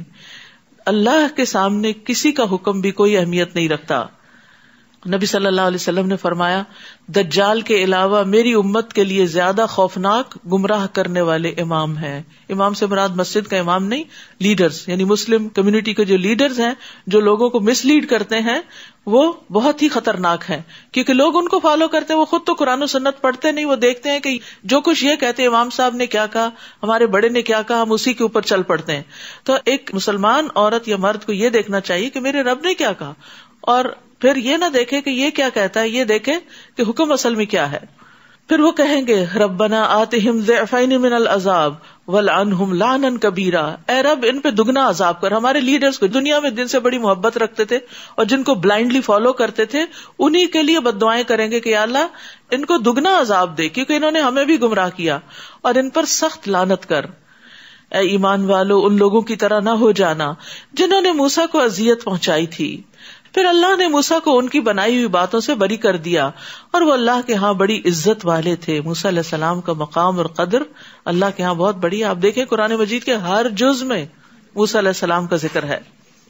یا ایھا الذین آمنوا اتقوا اللہ وقولوا قولا سدیدا، اے ایمان والو اللہ سے ڈرتے رہو اور صاف سیدھی بات کیا کرو، ہیر پھیر نہ کرو، دھوکہ نہ دو، سچی بات ہو، عدل پر مبنی بات ہو، درست طریقے سے بات ہو. بہترین کمیونیکیشن کی طرف توجہ دلائی گئی ہے. اس سے فائدہ کیا ہوگا؟ اس طرح اللہ تمہارے اعمال کو درست کر دے گا اور تمہارے گناہ معاف کر دے گا. اور جس شخص نے اللہ اور اس کے رسول کی اطاعت کی اس نے بہت بڑی کامیابی حاصل کر لی. ابن عباس اس آیت کی تفسیر میں کہتے ہیں کہ اللہ تمہاری درست بات کی وجہ سے تمہاری نیکیاں قبول کر لے گا. مقاتل کہتے ہیں کہ تمہارے اعمال کو پاک کر دے گا، یعنی یہ شخص ساری کی ساری بھلائی حاصل کرنے میں کامیاب ہو گیا. تو بات شروع کہاں سے ہوئی؟ زبان سے. اس پارے کا آغاز بھی زبان کے صحیح استعمال سے ہوتا ہے، اور یہاں بھی زبان کی درستگی کی بات کی گئی، کیونکہ انسان کی اگر بات درست ہو جائے تو وہ دراصل علامت ہوتی ہے اس بات کی کہ اس کا دل درست ہے، اور دل کی درستگی پر باقی سارے اعمال کا انحصار ہے. ہم نے اپنی امانت آسمانوں، زمین اور پہاڑوں پر پیش کی تو انہوں نے اسے اٹھانے سے انکار کر دیا اور اس سے ڈر گئے، مگر انسان نے اٹھا لیا. یقیناً وہ بڑا ظالم اور جاہل ہے. اور امانت سے مراد شرعی احکامات ہیں، اور بھی معنی کیے گئے ہیں، لیکن صحیح موقف یہی ہے کہ اس میں تمام تر شرعی احکامات اور تکالیف شامل ہیں، جس کا لازمی نتیجہ یہ تھا کہ اللہ منافق مردوں اور عورتوں اور مشرک مردوں اور عورتوں کو سزا دے اور مومن مردوں اور عورتوں پر مہربانی کرے، اور اللہ معاف کر دینے والا اور بخشنے والا ہے. سورۃ سبا. بسم اللہ الرحمن الرحیم. الحمد للہ الذی لہ ما فی السماوات وما فی الارض ولہ الحمد فی الآخرہ وہو الحکیم الخبیر. ہر طرح کی تعریف اس اللہ کے لیے ہے جو آسمانوں اور زمین میں ہر چیز کا مالک ہے، اور آخرت میں بھی تعریف اسی کے لیے ہے، اور وہ حکمت والا اور باخبر ہے. 5 سورتوں کے آغاز میں الحمدللہ آتا ہے، جن میں سے ایک سورت سبا بھی ہے، اور اس میں اللہ سبحانہ وتعالیٰ کی حمد اور شکر کی بات ہوگی. جو کچھ زمین میں داخل ہوتا ہے یا اس سے نکلتا ہے، نیز جو کچھ آسمان سے اترتا ہے اور جو کچھ آسمان میں چڑھتا ہے، وہ ہر چیز کو جانتا ہے، اور وہ رحم کرنے والا، معاف کرنے والا ہے. تو یاد رکھیے، آسمان سے بہت کچھ اتر رہا ہوتا ہے، فیصلے اتر رہے ہوتے ہیں، خیر و شر اتر رہا ہوتا ہے. اسی طرح زمین سے بھی کئی چیزیں باہر نکل رہی ہوتی ہیں اور اوپر کو جا رہی ہوتی ہیں. ہمارے اعمال اوپر چڑھ رہے ہوتے ہیں. اسی لیے رسول اللہ صلی اللہ علیہ وسلم نے ایک بہت خوبصورت حفاظت کی دعا سکھا دی. آپ نے فرمایا، کیا میں تمہیں وہ کلمات نہ سکھاؤں جو مجھے روح الامین نے سکھائے ہیں؟ اعوذ بکلمات اللہ التامات التی لا یجاوزہن بر ولا فاجر من شر ما ینزل من السماء وما یعرج فیہا ومن شر فتن اللیل والنہار ومن کل طارق الا طارقا یترک بخیر یا رحمان. وقال الذین کفروا لا تأتینا الساعۃ. کافر کہتے ہیں ہم پر کوئی قیامت نہیں آئے گی، یعنی وہ قیامت کا انکار کرتے ہیں. آپ ان سے کہیے کیوں نہیں آئے گی؟ میرے رب کی قسم وہ تم پر آ کر رہے گی. اس رب کی قسم جو غیب کا جاننے والا ہے، اس سے یعنی اللہ سبحانہ تعالیٰ سے آسمانوں اور زمین میں کوئی ذرہ بھر چیز بھی چھپی نہیں رہ سکتی، اور ذرے سے چھوٹی یا کوئی بڑی چیز ایسی نہیں جو واضح کتاب یعنی لوح محفوظ میں درج نہ ہو، لکھی ہوئی نہ ہو. اور قیامت اس لیے آئے گی تاکہ اللہ ان لوگوں کو جزا دے جو ایمان لائے اور نیک عمل کیے. ایسے لوگوں کے لیے بخشش اور عزت و اکرام کی روزی ہوگی. اور جن لوگوں نے ہماری آیات کو نیچا دکھانے پر زور لگایا، ان کے لیے دردناک عذاب کی سزا ہے. یعنی آیات کو نیچا دکھایا کا مطلب یہ ہے کہ اپنی خواہش، اپنی رائے، اپنی بات، اپنی لاجک اوپر رکھی اور اللہ کے حکم کو ایک طرف کر دیا. اور جن لوگوں کو علم دیا گیا ہے وہ خوب سمجھتے ہیں کہ جو کچھ آپ کی طرف، آپ کے رب کی طرف سے نازل ہوا ہے وہ حق ہے، اور اس اللہ کی راہ دکھاتا ہے جو غالب اور حمد و ثنا کے لائق ہے. اور کافر ایک دوسرے سے کہتے ہیں، کیا ہم تمہیں ایسا آدمی نہ بتائیں جو یہ خبر دیتا ہے کہ جب تم مرنے کے بعد بالکل ریزہ ریزہ ہو جاؤ گے تو اثر نو پیدا کیے جاؤ گے. معلوم نہیں کہ وہ اللہ پر جھوٹ باندھتا ہے یا اسے جنون لاحق ہو گیا ہے. یہ بات نہیں، بلکہ جو لوگ آخرت پر ایمان نہیں لاتے وہ عذاب میں مبتلا ہونے والے ہیں اور گمراہی میں دور تک چلے گئے ہیں. اتنے دور ہیں کہ اب ان کو ہدایت کی بات، اللہ کی بات بھی سمجھ نہیں آتی. کیا انہوں نے آسمان اور زمین کو نہیں دیکھا جو انہیں آگے سے اور پیچھے سے گھیرے ہوئے ہیں؟ اگر ہم چاہیں تو انہیں زمین میں دھنسا دیں یا ان پر آسمان کے کچھ ٹکڑے گرا دیں. بلا شبہ اس بات میں ہر رجوع کرنے والے بندے کے لیے ایک نشانی ہے. وَلَقَدْ آتَيْنَا دَاوُودَ مِنَّا فَضْلًا. اور داؤد کو ہم نے اپنے ہاتھ سے بزرگی عطا کی تھی، اور پہاڑوں کو حکم دیا تھا کہ اے پہاڑوں داؤد کے ساتھ تسبیح میں ہم آہنگ ہو جاؤ، اور پرندوں کو بھی حکم دیا تھا اور ہم نے اس کے لیے لوہے کو نرم کر دیا تھا۔ تو داؤد علیہ السلام کا بہت بڑا مقام ہے پیغمبروں کی تاریخ میں، اور یہاں اللہ تعالیٰ اپنے فضل کا ذکر کر رہے ہیں۔ وہ کیا فضل تھا؟ آپ کو نبوت عطا ہوئی، بادشاہت عطا ہوئی، بنی اسرائیل کی اصلاح کا اہتمام نصیب ہوا، انصاف کے ساتھ فیصلہ کرنے والے تھے، جنگ میں بہادری دکھانے والے تھے، آپ پر نعمتیں وسیع کر دی گئی تھیں، خاص طور پر آپ کے دل میں لوہے کی زرہ بنانے کا فن القاء کر کے انہیں لوگوں سے بے نیاز کر دیا تھا، انہیں زبور عطا کی تھی، اچھی آواز عطا کی تھی، نیک کاموں میں لمبی عمر دینے کا فضل عطا کیا تھا، اور اس کے علاوہ بھی بہت زبردست فضائل ہیں آپ کے، ان میں خاص طور پر آپ کو سلیمان علیہ السلام جیسا بیٹا عطا کیا تھا، اور اس سے کہا کہ کشادہ زرہیں بناؤ اور اندازے کے مطابق اس کی کڑیاں جوڑو، یعنی نہ چھوٹی ہوں نہ بڑی ہوں، کڑیاں چھوٹی ہوں تو ایسا نہ ہو کہ وہ صحیح فٹ ہی نہ بیٹھے، اور بڑی ہوں تو ایسا نہ ہو کہ وہ ٹوٹ جائیں اور صحیح طور پر زرہ پہنی نہ جا سکے۔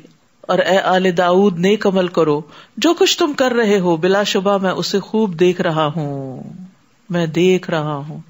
جس کو یہ سمجھ آ جائے نا کہ اللہ دیکھ رہا ہے تو وہی دراصل اپنے اعمال درست کر سکتا، کیونکہ کچھ چیزیں یا کچھ جگہ ایسی ہوتی ہیں جب لوگ آپ کو دیکھ رہے ہوتے ہیں تو آپ بڑے شریف بن جاتے ہیں، لیکن کچھ مقامات ایسے ہوتے ہیں کہ کوئی بھی آپ کو نہیں دیکھتا۔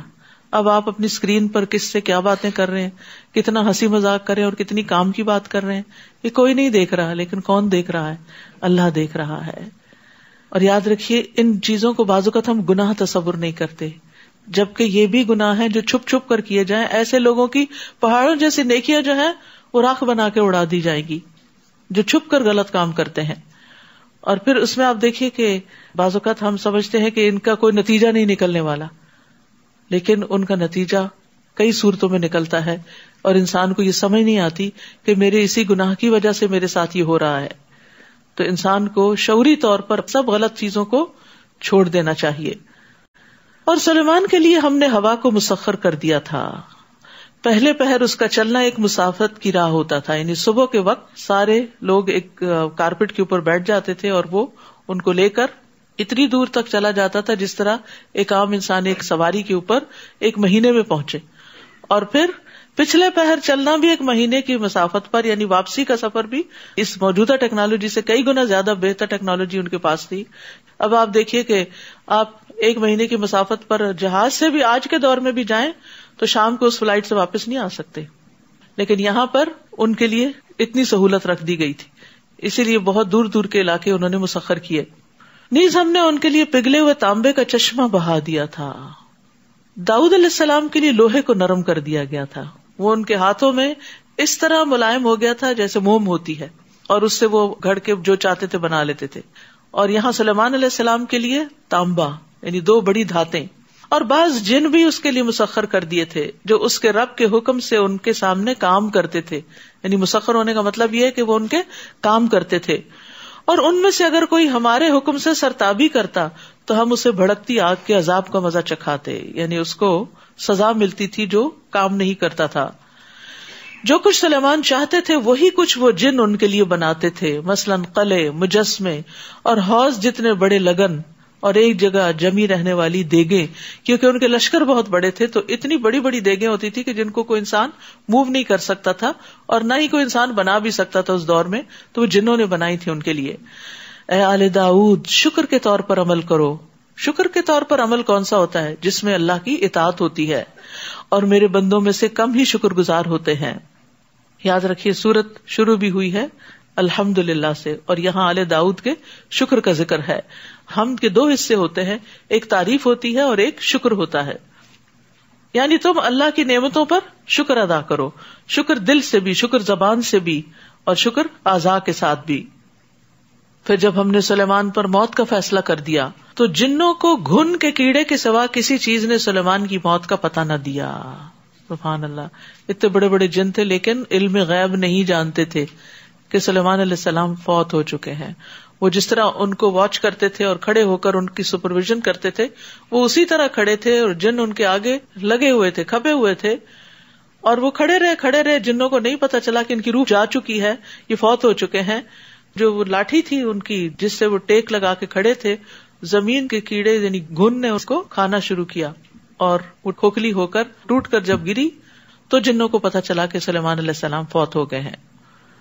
جب وہ گر پڑے تو جنوں پر واضح ہو گیا کہ اگر وہ غیب جانتے ہوتے تو ایسے ذلت کے عذاب میں نہ پڑتے. بڑا زبردست سبق ہے اس میں.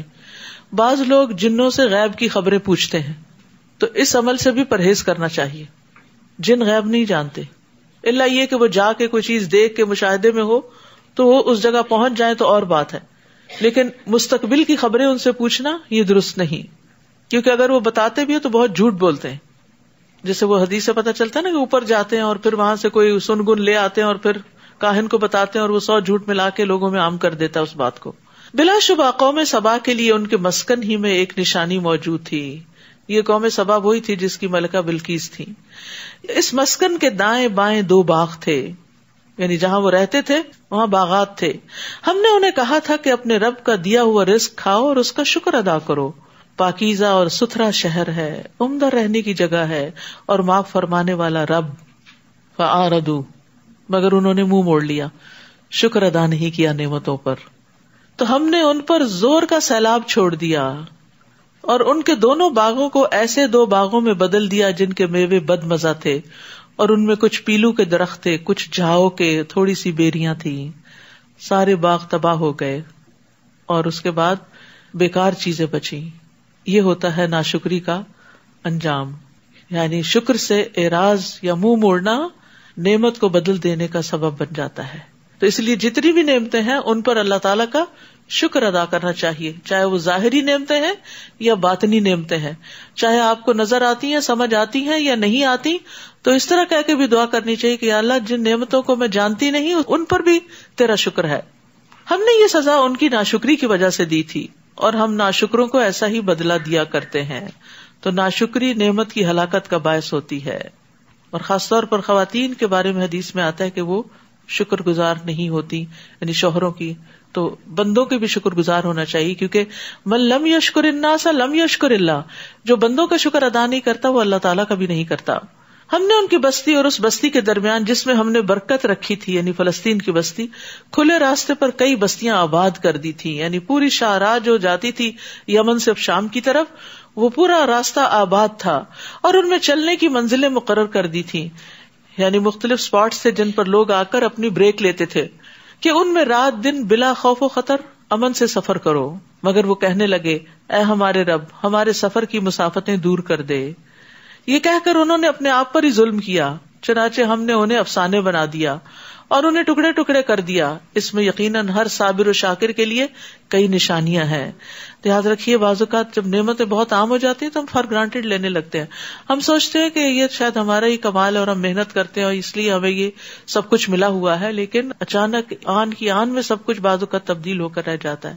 تو اس لیے کبھی غصے میں آ کر, کبھی تکلیف میں کوئی منہ سے ایسا کلمہ نہ نکالے کہ جو نعمتوں کو ختم کرنے کا باعث بنے. بعض اوقات کوئی بیمار ہے یا کوئی غصے میں آپ اس کو کوئی نعمت دیتے اٹھا کے پھینک دیتا ہے, تو یہ بھی ناشکری کا ایک حصہ ہے. بعض اوقات نہیں چاہیے مجھے, بعض اوقات کوئی کہتا ہے یہ چیز بڑی نعمت ہے, ہوگی نعمت, نعوذ باللہ. ایسے الفاظ سے پرہیز کرنا چاہیے, کیونکہ ہم ویسے تو سوچتے نہیں ہم تو کبھی نہیں ناشکری کرتے, ہم تو جو نعمت و شکریہ ادا کرتے ہیں, لیکن یہ ناشکری کیا ناشکری ہے؟ یہ ناشکری غصے کے وقت منہ سے نکلے ہوئے الفاظ, غم کے وقت نکلے ہوئے, یا پھر کسی بھی موقع پر ایسے اکڑ کے بگڑ کے منہ سے نکلے ہوئے الفاظ. تو کسی بھی نعمت کو چھوٹا نہیں سمجھنا چاہیے, حقیر نہیں سمجھنا چاہیے. اور ان لوگوں کے متعلق ابلیس نے اپنا گمان درست پایا, چنانچہ مومنوں کے گروہ کے سوا سب نے اسی کی پیروی کی. اصل میں ابلیس نے جب یہ کہا تھا نا مجھے مہلت دی جائے میں سب لوگوں کو بہکاؤں گا, تو اس کو اتنا یقین نہیں تھا کہ شاید سبھی بہک جائیں گے, لیکن اس کا گمان تھا کہ میں یہ کام کر سکوں گا, اور اس کے گمان کی تصدیق ان لوگوں نے کر دی کہ اس نے اپنا وار چلایا اور وہ چل گیا, جس کا اس کو خود نہیں پتا تھا. اور شیطان قیامت کے دن بھی خطبہ شیطان جو ہے اس میں کیا کہے گا, میں نے وعدہ کیا تھا مگر میں نے خلاف ورزی کی اور میرا تم پہ کوئی غلبہ نہیں تھا. ما کان لی علیکم من سلطان. تو حسن بصری کہتے ہیں شیطان نے ان پر نہ تو تلوار لہرائی اور نہ لاٹھی برسائی, صرف ان سے وعدہ کیا, ان کو آرزویں دلائی تو وہ دھوکے میں پڑ گئے. اور اس نے جو امیجن کیا تھا یا جو سوچا تھا کہ میں اس طریقے سے ان کو بہکا لوں گا تو وہ اس کا وار چل گیا. حالانکہ ابلیس کا ان پر کچھ زور نہیں تھا. یاد رکھیے ہم جو ہر چیز کا بلیم شیطان کو دے کے خود بری ذمہ ہو جاتے ہیں تو اس کے بارے میں بھی سوچنا چاہیے کہ ہم اس کو کتنا جسٹیفائی کر سکتے ہیں. شیطان بہکاتا ہے لیکن وہ ہمیں پکڑ کے کسی غلط راستے پہ نہیں لے جا سکتا. وہ انسان کی اپنی ہی مرضی ہوتی ہے اور ہم بعض اوقات ہنستے ہوئے کہہ دیتے وہ شیطان غالب آ گیا تھا اس لیے میں نے کیا. استغفر اللہ. تو اتنی ڈرنے کی بات ہے کہ آپ اتنے کمزور پڑ گئے اور آپ کا ایمان اتنے نچلے درجے پہ چلا گیا کہ شیطان نے آپ کو کنٹرول کر لیا, پوزیس کر لیا اور اپنی مرضی کروا لی. اگر آپ نے شیطان کی مرضی مان لی تو پھر وہ لے کے کہاں جائے گا؟ تو یہ بات کہہ کے بھی شیطان کو خوش نہ کیا کرے کہ وہ شیطان مجھ پہ آ گیا تھا. نہیں, شیطان کو آنے کیوں دیا تھا؟ وہ ہر وقت آس پاس ہوتا ہے لیکن ہمیں اس کو اعوذ باللہ من الشیطان الرجیم کہہ کے دفاع کرتے رہنا چاہیے. حالانکہ ابلیس کا ان پر کچھ زور نہ تھا. یہ سب کچھ اس لیے ہوا تھا کہ ہم معلوم کر لیں کہ کون آخرت پر ایمان لاتا ہے اور کون اس بارے میں شک میں پڑا رہتا ہے. اور آپ کا رب ہر چیز پر نگران ہے, دیکھ رہا ہے. کہیں شاہد کی بات ہے, کہیں نگران کی بات ہے. اے نبی آپ ان سے کہیے کہ جن کو تم اللہ کے سوا الہ سمجھ رہے ہو انہیں پکار کر دیکھ لو. وہ تو آسمانوں اور زمین میں ذرہ بھر بھی اختیار نہیں رکھتے اور نہ ہی ان میں ان کی کچھ شرکت ہے اور نہ ہی ان میں سے کوئی اللہ کا مددگار ہے. غیر اللہ کے سہارے مکڑی کے جالوں کی طرح کمزور ہیں. ان کے پاس کوئی اختیار اور طاقت نہیں. اس لیے ان سے کچھ مانگنے کی بجائے, انہیں پکارنے کی بجائے اللہ کی طرف رجوع کرنا چاہیے اپنی مشکلات میں. اس کے ہاں صرف اس کی سفارش فائدہ دے سکتی ہے جس کے لیے وہ خود اجازت دے. حتیٰ کہ جب لوگوں کے دلوں سے گھبراہٹ دور ہوگی تو وہ پوچھیں گے تمہارے رب نے کیا جواب دیا؟ وہ کہیں گے کہ ٹھیک جواب ملا اور وہ عالی شان اور سب سے بڑا ہے. تو اس آیت سے بھی پتہ چلتا ہے کہ فرشتے بھی اجازت کے بغیر سفارش نہیں کر سکتے. نبی صلی اللہ علیہ وسلم بھی جب اللہ تعالیٰ سے سفارش کی اجازت لیں گے تو سب سے پہلے اللہ تعالیٰ کو دیکھتے ہی سجدے میں گر پڑیں گے, پھر دیر تک سجدے میں ہی رہیں گے اور اللہ تعالیٰ کی حمد کے ایسے کلمات کہیں گے جو اس سے پہلے کبھی نہ کہے ہوں گے. اور پھر اللہ تعالیٰ فرمائیں گے کہ اپنا سر اٹھاؤ اور شفاعت کرو, آپ کی شفاعت قبول کی جائے گی, مانگو دیا جائے گا. تو آپ فرماتے ہیں پھر میں اپنا سر اٹھاؤں گا اور اپنے رب کی ایسی حمد و ثنا کروں گا جو وہ مجھے سکھائے گا. پھر میں شفاعت کروں گا اور میرے لیے حد مقرر کر دی جائے گی اور میں اس کے مطابق جہنم سے لوگوں کو نکال کر جنت میں لے جاؤں گا. جہنم میں جا چکے ہوں گے وہاں سے نکال کے جنت میں لے جاؤں گا سفارش کی وجہ سے. 1 منٹ کے لیے آگ نہیں برداشت ہوتی. تو اس امید پر کہ نبی صلی اللہ علیہ وسلم سفارش کروا لیں گے اور نکل ہی آئیں گے تو کوئی بات نہیں, اب یہاں دنیا کے کام تو چلاؤ, غلط طریقے سے بھی ہوتے ہیں تب بھی نہیں. انسان کو حد الوسع غلط کاموں سے بچنا چاہیے. انسان ہونے کے ناطے بھول چک ہوتی ہے, بعض اوقات نہ سمجھی ہوتی ہے, ہو جاتے ہیں غلط کام, تو پھر ان کو انڈو کر لینا چاہیے توبہ کر کے. قل من یرزقکم من السماوات والارض, آپ ان سے پوچھئے کہ آسمانوں اور زمین سے تمہیں کون رزق دیتا ہے. آپ کہیے کہ اللہ ہی رزق دیتا ہے اور ہم میں اور تم میں سے ایک فریق کی ہدایت پر یا کھلی گمراہی میں پڑا ہوا ہے.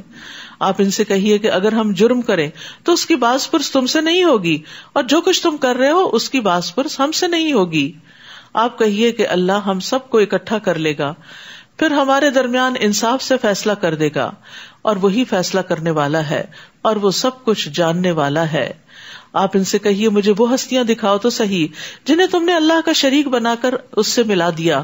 وہ ہرگز نہ بتا سکیں گے بلکہ اللہ ہی سب پر غالب اور حکمت والا ہے.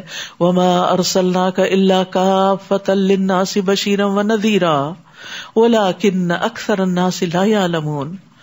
اور ہم نے آپ کو تمام لوگوں کے لیے بشارت دینے والا اور ڈرانے والا ہی بنا کر بھیجا ہے مگر اکثر لوگ جانتے نہیں. نبی صلی اللہ علیہ وسلم کی یہ ایک خاص خصوصیت ہے باقی تمام انبیاء کے مقابلے میں. ہر نبی اپنی قوم کی طرف بھیجا گیا اور آپ ساری انسانیت تک کے لیے, قیامت تک کے لیے, سب کے لیے رسول ہیں. اور یہ لوگ آپ سے کہتے ہیں اگر تم سچے ہو تو یہ وعدہ قیامت کب پورا ہوگا؟ آپ انہیں کہیے تمہارے لیے وعدے کا ایک دن مقرر ہے, تم اس سے گھڑی بھی پیچھے نہ رہ سکو گے اور نہ آگے جا سکو گے. وقال الذین کفروا لن نؤمن بهذا القرآن، اور کافر کہتے ہیں کہ ہم نہ تو اس قرآن پر ایمان لائیں گے اور نہ اس کتاب پر جو اس سے پہلے موجود ہے. کاش آپ ان ظالموں کو دیکھتے جب وہ اپنے رب کے حضور کھڑے ہوں گے اور ایک دوسرے کی بات کا جواب دیں گے. جو لوگ دنیا میں کمزور سمجھے جاتے تھے وہ بڑا بننے والوں سے کہیں گے اگر تم نہ ہوتے تو ہم مومن ہوتے، تم نے ہمیں بہکایا. اور جو بڑے بنتے تھے متکبرین وہ کمزور لوگوں کو جواب دیں گے جب تمہارے پاس ہدایت آ گئی تھی تو کیا ہم نے تمہیں اس سے روکا تھا؟ کوئی بھی ذمہ داری نہیں لے گا. اور بات بھی یہی ہے، ہدایت تو ہمارے پاس آ چکی ہے، قرآن و سنت موجود ہے، پھر ہم کیوں دوسروں کی طرف دیکھتے ہیں اور علم کیوں نہیں حاصل کرتے؟ خود کیوں نہیں معلوم کرتے کہ کیا درست ہے اور کیا نہیں؟ بلکہ تم خود ہی مجرم تھے، بل کنتم مجرمین، یعنی تم خود ہی نہیں چاہتے تھے کہ ہدایت کی راہ پر چلو، تو اس لیے تم نے ہمارا سہارا لے لیا کہ یہ بھی غلط کر رہے ہیں، اگر ہم بھی کر لیں گے تو کیا ہو جائے گا. لیکن آج ہم بھی پکڑے ہوئے اور تم بھی پکڑے ہوئے. اور جو کمزور سمجھے جاتے تھے وہ بڑا بننے والوں سے کہیں گے بات یوں نہیں بلکہ یہ تمہاری شب و روز کی چالیں تھی جب تم ہمیں حکم دیتے تھے کہ ہم اللہ کا انکار کریں اور اس کے شریک بنائیں. پھر جب وہ عذاب دیکھیں گے تو اپنی ندامت کو چھپائیں گے اور ہم ان کافروں کی گردنوں میں توق ڈال دیں گے. انہیں ایسا ہی بدلہ دیا جائے گا جیسے وہ کام کیا کرتے تھے. اور ہم نے جس بستی میں بھی کوئی رسول بھیجا تو اس کے خوشحال لوگوں نے اسے یہی کہا کہ جو پیغام تم لے کر آئے ہو ہم اس کے منکر ہیں، اور یہ بھی کہا کہ ہم مال اور اولاد کے لحاظ سے تم سے بڑھ کر ہیں اور ہمیں کوئی عذاب نہیں دیا جائے گا. یہ بھی انسان کی ایک بہت بڑی بھول ہے. جب دنیا کی نعمتیں زیادہ مل جاتی ہیں نا، مال بھی زیادہ ہے، اولاد بھی ہے اور قابل اولاد ہے، تو انسان کہتا ہے اللہ تو مجھ سے بڑا ہی راضی ہے، اب میں جو جی چاہے کروں، پھر وہ اپنی خواہشات کے پیچھے چل پڑتا ہے. تو اس دھوکے میں انسان کبھی نہ رہے. اگر دنیا کا مال زیادہ ملنے لگے تو انسان بھول جائے کہ وہ اللہ کا پیارا ہے اور اب اس سے کوئی پوچھ نہیں ہوگی. اور تمہارے اموال اور اولاد ایسی چیزیں نہیں ہیں جن سے تم ہمارے ہاں مقرب بن سکو. آپ ان سے کہیے رزق تو میرا رب جس کے لیے چاہتا ہے فراخ کر دیتا ہے اور جس کے لیے چاہتا ہے کم بھی کر دیتا ہے، لیکن اکثر لوگ جانتے نہیں. یعنی یہ تو رب کا فیصلہ ہے. یعنی کسی کو مال زیادہ دیا ہے تو اللہ نے اپنے جناب سے دیا ہے، اسے انسان کو اپنی قابلیت نہیں سمجھنا چاہیے. قارون نے سمجھا تھا نا اس کو اپنی قابلیت کہ انما اوتیت علی علم عندی، میں تو علم کی بنا پر دیا گیا ہوں جو مجھے ملا ہے. تو اگر کوئی شخص اس زوم میں رہے کہ میرے علم کی بنا پر ہی مجھے سب کچھ ملا ہے تو یہ بھی ایک دھوکہ ہے. جب تک اللہ کا اذن نہ ہو انسان کچھ بھی حاصل نہیں کر سکتا. بہت سارے علم والے ڈگریاں لیے پھرتے ہیں لیکن رزق سے محروم ہیں. آپ ان سے کہیے رزق تو میرا رب جس کے لیے چاہتا ہے فراخ کرتا ہے، اور تمہارے اموال اور اولاد ایسی چیزیں نہیں جن سے تم ہمارے ہاں مقرب بن سکو. یعنی تمہارے اولاد اور مال اگر زیادہ ہے، یہ بہت وافر اور قابل ہے، تو یہ کوئی کرائیٹیرین نہیں کہ تم اس کی وجہ سے اللہ کے بہت قریب ہو. ہاں جو شخص ایمان لائے اور نیک عمل کرے وہ مقرب بن سکتا ہے. جو ایمان لا کے نیک عمل کرتا ہے پھر وہ اپنی اولاد کو بھی نیکی کے راستے پہ لگاتا ہے، وہ اس کے لیے صدقہ جاریہ بنتی ہے، اور اپنے مال کو بھی دین کے راستے میں خرچ کرتا ہے، اللہ کی رضا کے کاموں میں خرچ کرتا ہے، اللہ کی نافرمانی میں خرچ نہیں کرتا، اسراف نہیں کرتا، فضول خرچی نہیں کرتا، تو وہ مال بھی اس کو اللہ کا قرب عطا کرتا ہے. یہی لوگ ہیں جنہیں ان کے اعمال کا دگنا صلہ ملے گا. دگنا کیوں ملے گا؟ کیونکہ ایک تو اپنے عمل کا اور ایک اپنے مال اولاد کو نیک کاموں میں لگانے کا، اور وہ بالا خانوں میں امن سے رہیں گے. اور جو لوگ ہماری آیات کو نیچا دکھانے میں زور صرف کر رہے ہیں، یعنی ان کے اوپر تنقید کرتے رہتے ہیں اور ان کے معنی بدلتے رہتے ہیں، انہیں عذاب میں حاضر کیا جائے گا. ان سے پوچھا جائے گا کہ تمہیں کس نے اجازت دی تھی کہ تم ان کو اپنے منمانے مطلب پہناؤ یا ان کو لوگوں کی نگاہ میں کم قدر کر دو. قل ان ربی یبسط الرزق لمن یشاء من عبادہ ویقدر. آپ ان سے کہیے میرا رب اپنے بندوں میں سے جس کے لیے چاہے رزق فراخ کر دیتا ہے. تو رزق کس سے مانگنا چاہیے؟ پھر اللہ سے مانگنا چاہیے. اور جس کے لیے چاہتا ہے کم کر دیتا ہے، یعنی زیادہ ہونے کے بعد پھر تھوڑا کر دیتا ہے. اور جو کچھ تم خرچ کرتے ہو تو وہی اس کی جگہ تمہیں اور دیتا ہے، اور وہی سب سے بہتر رازق ہے. اور یہ ایک بڑی حقیقت ہے کہ انسان جب سے پیدا ہوا خرچ ہی کر رہا ہے نا اپنے اوپر. تو جتنا آج تک خرچ کیا اگر اس سب کو جمع کر لیا جائے، کسی طریقے سے اس کا حساب لگایا جائے، کیا وہ پیدائش کے وقت آپ کے اکاؤنٹ میں جمع تھا؟ نہیں. جو آپ آگے بڑھتے رہے اللہ تعالیٰ آپ کے لیے رزق کے اسباب پیدا کرتا رہا اور آپ اپنے اوپر اور دوسروں پر خرچ کرتے رہے. تو آئندہ مستقبل میں بھی انسان کو محنت کوشش کر کر رب سے رزق مانگتے رہنا چاہیے، لیکن پریشان نہیں ہونا چاہیے، کیونکہ یہ اللہ ہی کا فیصلہ ہوتا ہے. وما انفقتم من شیء فهو یخلفہ وہو خیر الرازقین. اور جو کچھ تم خرچ کرتے ہو تو وہی اس کی جگہ تمہیں اور دے دیتا ہے، اور وہ سب سے بہتر رازق ہے. یعنی خرچ کرنے پر مختلف طریقوں سے بدلہ مل جاتا ہے. یعنی جب آپ نکالتے ہیں تو کس طرح آپ کے اوپر لوٹتا ہے؟ کبھی اتنا ہی واپس آ جاتا ہے جو آپ نے کسی کو دیا ہوتا ہے، کبھی اس سے بھی زیادہ آتا ہے، ہو سکتا ہے اخلاص زیادہ ہو. کبھی اس کے بس مال تو دنیا میں نہیں واپس آتا، لیکن ثواب آپ کو مل جاتا ہے اور آخرت کے لیے وہ مال ذخیرہ ہو جاتا ہے. یعنی قبولیت کے وعدے میں خرچ کرنے کا حال دعا کی طرح ہے. کبھی دعا فوراً دنیا میں ہی سن لی جاتی، کبھی ذخیرہ کر لی جاتی. کبھی انسان مال خرچ کرتا ہے تو اللہ تعالیٰ اس کے عوض اس کو صحت عطا کر دیتا ہے. کہتے کہ ایک خاتون بہت بیمار تھی، انہوں نے کنواں کھدوایا تو وہ بیماری سے نکل آئی. تو اسی طرح کے واقعات سنتے رہتے ہیں کہ کوئی خاص کام کیا، کسی خاص چیز میں خرچ کیا، اور بعض اوقات ایک نہیں کئی کنویں بھی آپ کھدواتے ہیں لیکن اثر نہیں بھی ہوتا، کیونکہ اللہ تعالیٰ سمجھتا ہے زیادہ بہتر کہ آپ کو آج سے زیادہ آخرت میں زیادہ ضرورت ہے، تو وہ آخرت کے لیے جمع کر لیتے ہیں. اور لوگ اس نقطے کو نہیں سمجھتے اور مایوس ہو جاتے ہیں. یعنی ہم دعائیں کرتے ہیں، ہم خرچ کرتے رہتے ہیں، صدقہ کرتے رہتے ہیں، لیکن پھر بھی کوئی مصیبت آ جاتی تو ہم کہتے ہیں وہ حدیث کہاں گئی کہ صدقہ بلاؤں کو ٹالتا ہے، تو پھر یہ کیوں آ گئی؟ تو یہ ہے کہ اللہ سبحانہ وتعالیٰ وقتی طور پہ آزمائش میں مبتلا کر کے کل قیامت کی بڑی بڑی بلاؤں کو ٹال دے گا اسی صدقے کی وجہ سے. لیکن ہم چونکہ صرف دنیا دیکھ رہے ہوتے ہیں، آخرت کو نہیں دیکھتے، اس لیے ہم اس کو سمجھتے ہی کچھ نہیں. کبھی ایسا بھی ہوتا ہے کہ صدقہ خیرات کی وجہ سے نسلوں کے اندر خیر جاری ہو جاتی ہے. تو اللہ تعالیٰ کے اپنی مخلوق کے بارے میں بڑے بڑے راز ہیں. ہمیں اس کے وعدوں پر یقین کرتے ہوئے اس کے راستے میں کچھ نہ کچھ دیتے ہی رہنا چاہیے. اور نیکی کے جتنے بھی کام ہیں نا، سب میں کچھ کچھ حصہ ڈالنا چاہیے. ہمیں نہیں معلوم کون سا پروجیکٹ، کون سا بیج کتنا فلرش کر کے کتنا زیادہ بارآور ہو جائے. اور یاد رکھیے کہ یہ خرچ صرف صدقہ ہی نہیں بڑھاتا، بلکہ پیچھے ہم نے پڑھا کہ زکوٰۃ بھی جو اللہ کے چہرے کی خاطر دیتے ہیں تو وہ بھی اپنے اجر کو بڑھانے والے ہیں. وما آتیتم من زکاۃ تریدون وجہ اللہ فاولئک ھم المضعفون. رسول اللہ صلی اللہ علیہ وسلم نے فرمایا کہ بے شک اللہ تعالیٰ نے مجھ سے فرمایا خرچ کرو، تم پر خرچ کیا جائے گا. صدقہ دینے سے مال کم نہیں ہوتا. قیامت کے دن ہر انسان اپنے صدقے کے سائے میں ہوگا. جبکہ سورج بہت قریب ہوگا تو انسان کے اوپر جو امبریلا ہوگا وہ اس کے اپنے ہی صدقے کا ہوگا. لیکن فضول خرچی کرنے پر انسان کو اللہ کی طرف سے کچھ بھی بدلہ نہیں ملے گا. اور جس دن اللہ تمام انسانوں کو جمع کرے گا، پھر فرشتوں سے پوچھے گا کیا یہ لوگ تمہاری ہی عبادت کیا کرتے تھے؟ وہ کہیں گے تو پاک ہے، ہمارا سرپرست تو تو ہے، نہ کہ یہ مشرک، بلکہ یہ لوگ تو جنوں کو پوجتے تھے اور ان میں سے اکثر انہی پر ایمان رکھتے تھے. اس وقت ہم کہیں گے آج تم میں سے کوئی بھی دوسرے کے نفع و نقصان کا کچھ اختیار نہیں رکھتا. اور ظالموں سے ہم کہیں گے کہ اس آگ کا مزہ چکھو جسے تم جھٹلایا کرتے تھے.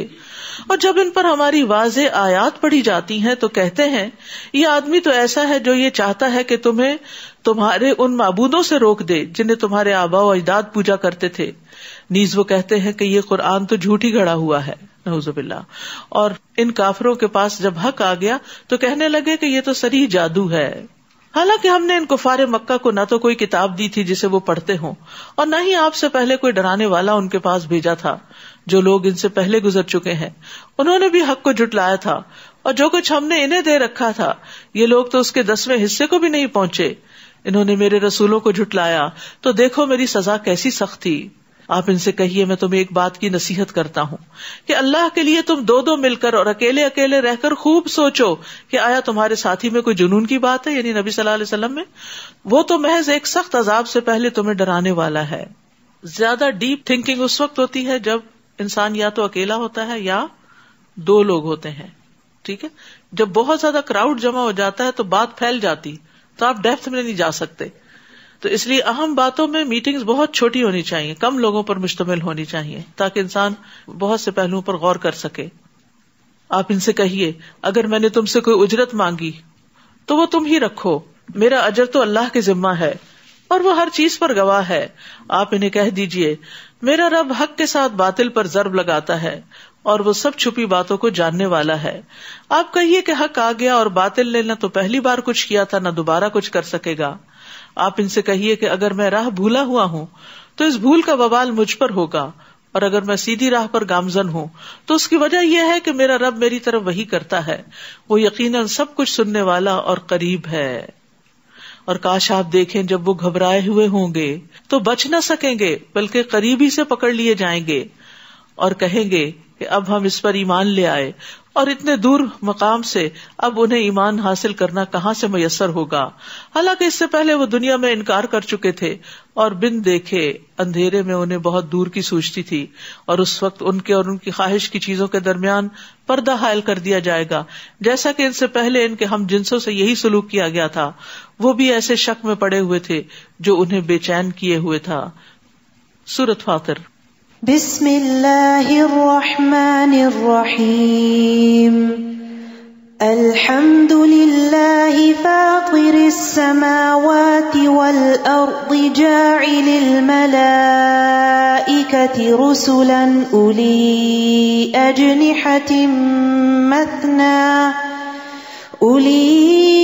اجنحۃ مثنى وثلاث ورباع يزيد في الخلق ما يشاء ان اللہ على كل شيء قدیر.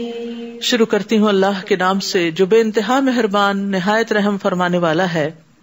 سب تعریف اس اللہ کے لیے ہے جو آسمانوں اور زمین کو پیدا کرنے والا اور فرشتوں کو پیغام رساں بنانے والا ہے. فرشتے جن کے 2-2 3-3 اور 4-4 بازو ہیں، وہ اپنی مخلوق کی ساخت میں جیسے چاہے اضافہ کر دیتا ہے کیونکہ وہ ہر چیز پر قادر ہے. ہم نے تو فرشتوں کو نہیں دیکھا، لیکن اللہ سبحانہ وتعالیٰ نے ان کی یہ ڈسکرپشن ہمیں بتا دی ہے کہ ان میں بھی درجات ہیں. اور جبریل علیہ السلام کے تو 600 پر تھے. رسول اللہ صلی اللہ علیہ وسلم نے فرمایا میں نے سدرۃ المنتہا کے پاس جبریل کو دیکھا، ان کے 600 پر تھے جن سے موتی اور یاقوت جھڑ رہے تھے، اور ان کے پروں میں طاقت بھی بہت ہوتی ہے. پرندوں کے پر ہلکے پھلکے ہوتے ہیں نا، فیدر ہلکی چیز کے لیے استعمال ہوتا ہے، لیکن فرشتوں کے پر بڑے مضبوط ہوتے ہیں. زمزم کے کنویں کے بارے میں آتا ہے کہ فرشتے نے اپنی ایڑی یا اپنے پر سے زمین میں گڑھا کر دیا تھا جس سے پانی ابل آیا. اسی طرح قوم لوط کی بستی کو جبریل علیہ السلام نے پر کے ایک نکر سے اٹھا کے اوپر سے نیچے پھینک دیا تھا. اللہ اگر لوگوں کے لیے اپنی رحمت کا دروازہ کھول دے تو اسے کوئی بند کرنے والا نہیں. اللہ اکبر. تو اس لیے کیا کرنا چاہیے؟ یا حی یا قیوم برحمتک استغیث کہہ کے اس کو پکارنا چاہیے. اور جسے وہ بند کر دے تو اس کے بعد اسے کوئی کھولنے والا نہیں. وہ سب پر غالب اور حکمت والا ہے. کہتے ہیں نا فلاں کے لیے دعا کرو اس کی قسمت کھل جائے. تو یہی ہوتا ہے قسمت کھلنے میں کہ کاروبار لگ جائے یا شادی ہو جائے اور کہ اللہ کی رحمت ہو جائے. جب اللہ کی رحمت آ جاتی ہے تو کوئی رکاوٹ نہیں رہتی. لوگوں اپنے آپ پر اللہ کے احسان کو یاد رکھو. کیا اللہ کے سوا کوئی اور خالق ہے جو تمہیں آسمان اور زمین سے رزق دے؟ یعنی اللہ کو چھوڑ کے، اللہ کو بھول کے کسی اور کو پکارو گے؟ کوئی اور کام آئے گا؟ اس کے سوا کوئی الہ نہیں. پھر تم کہاں سے دھوکا کھا جاتے ہو؟ اے نبی اگر ان لوگوں نے آپ کو جھٹلایا ہے تو آپ سے پہلے بھی رسولوں کو جھٹلایا جا چکا ہے، اور سب کام تو اللہ ہی کی طرف لوٹائے جائیں گے.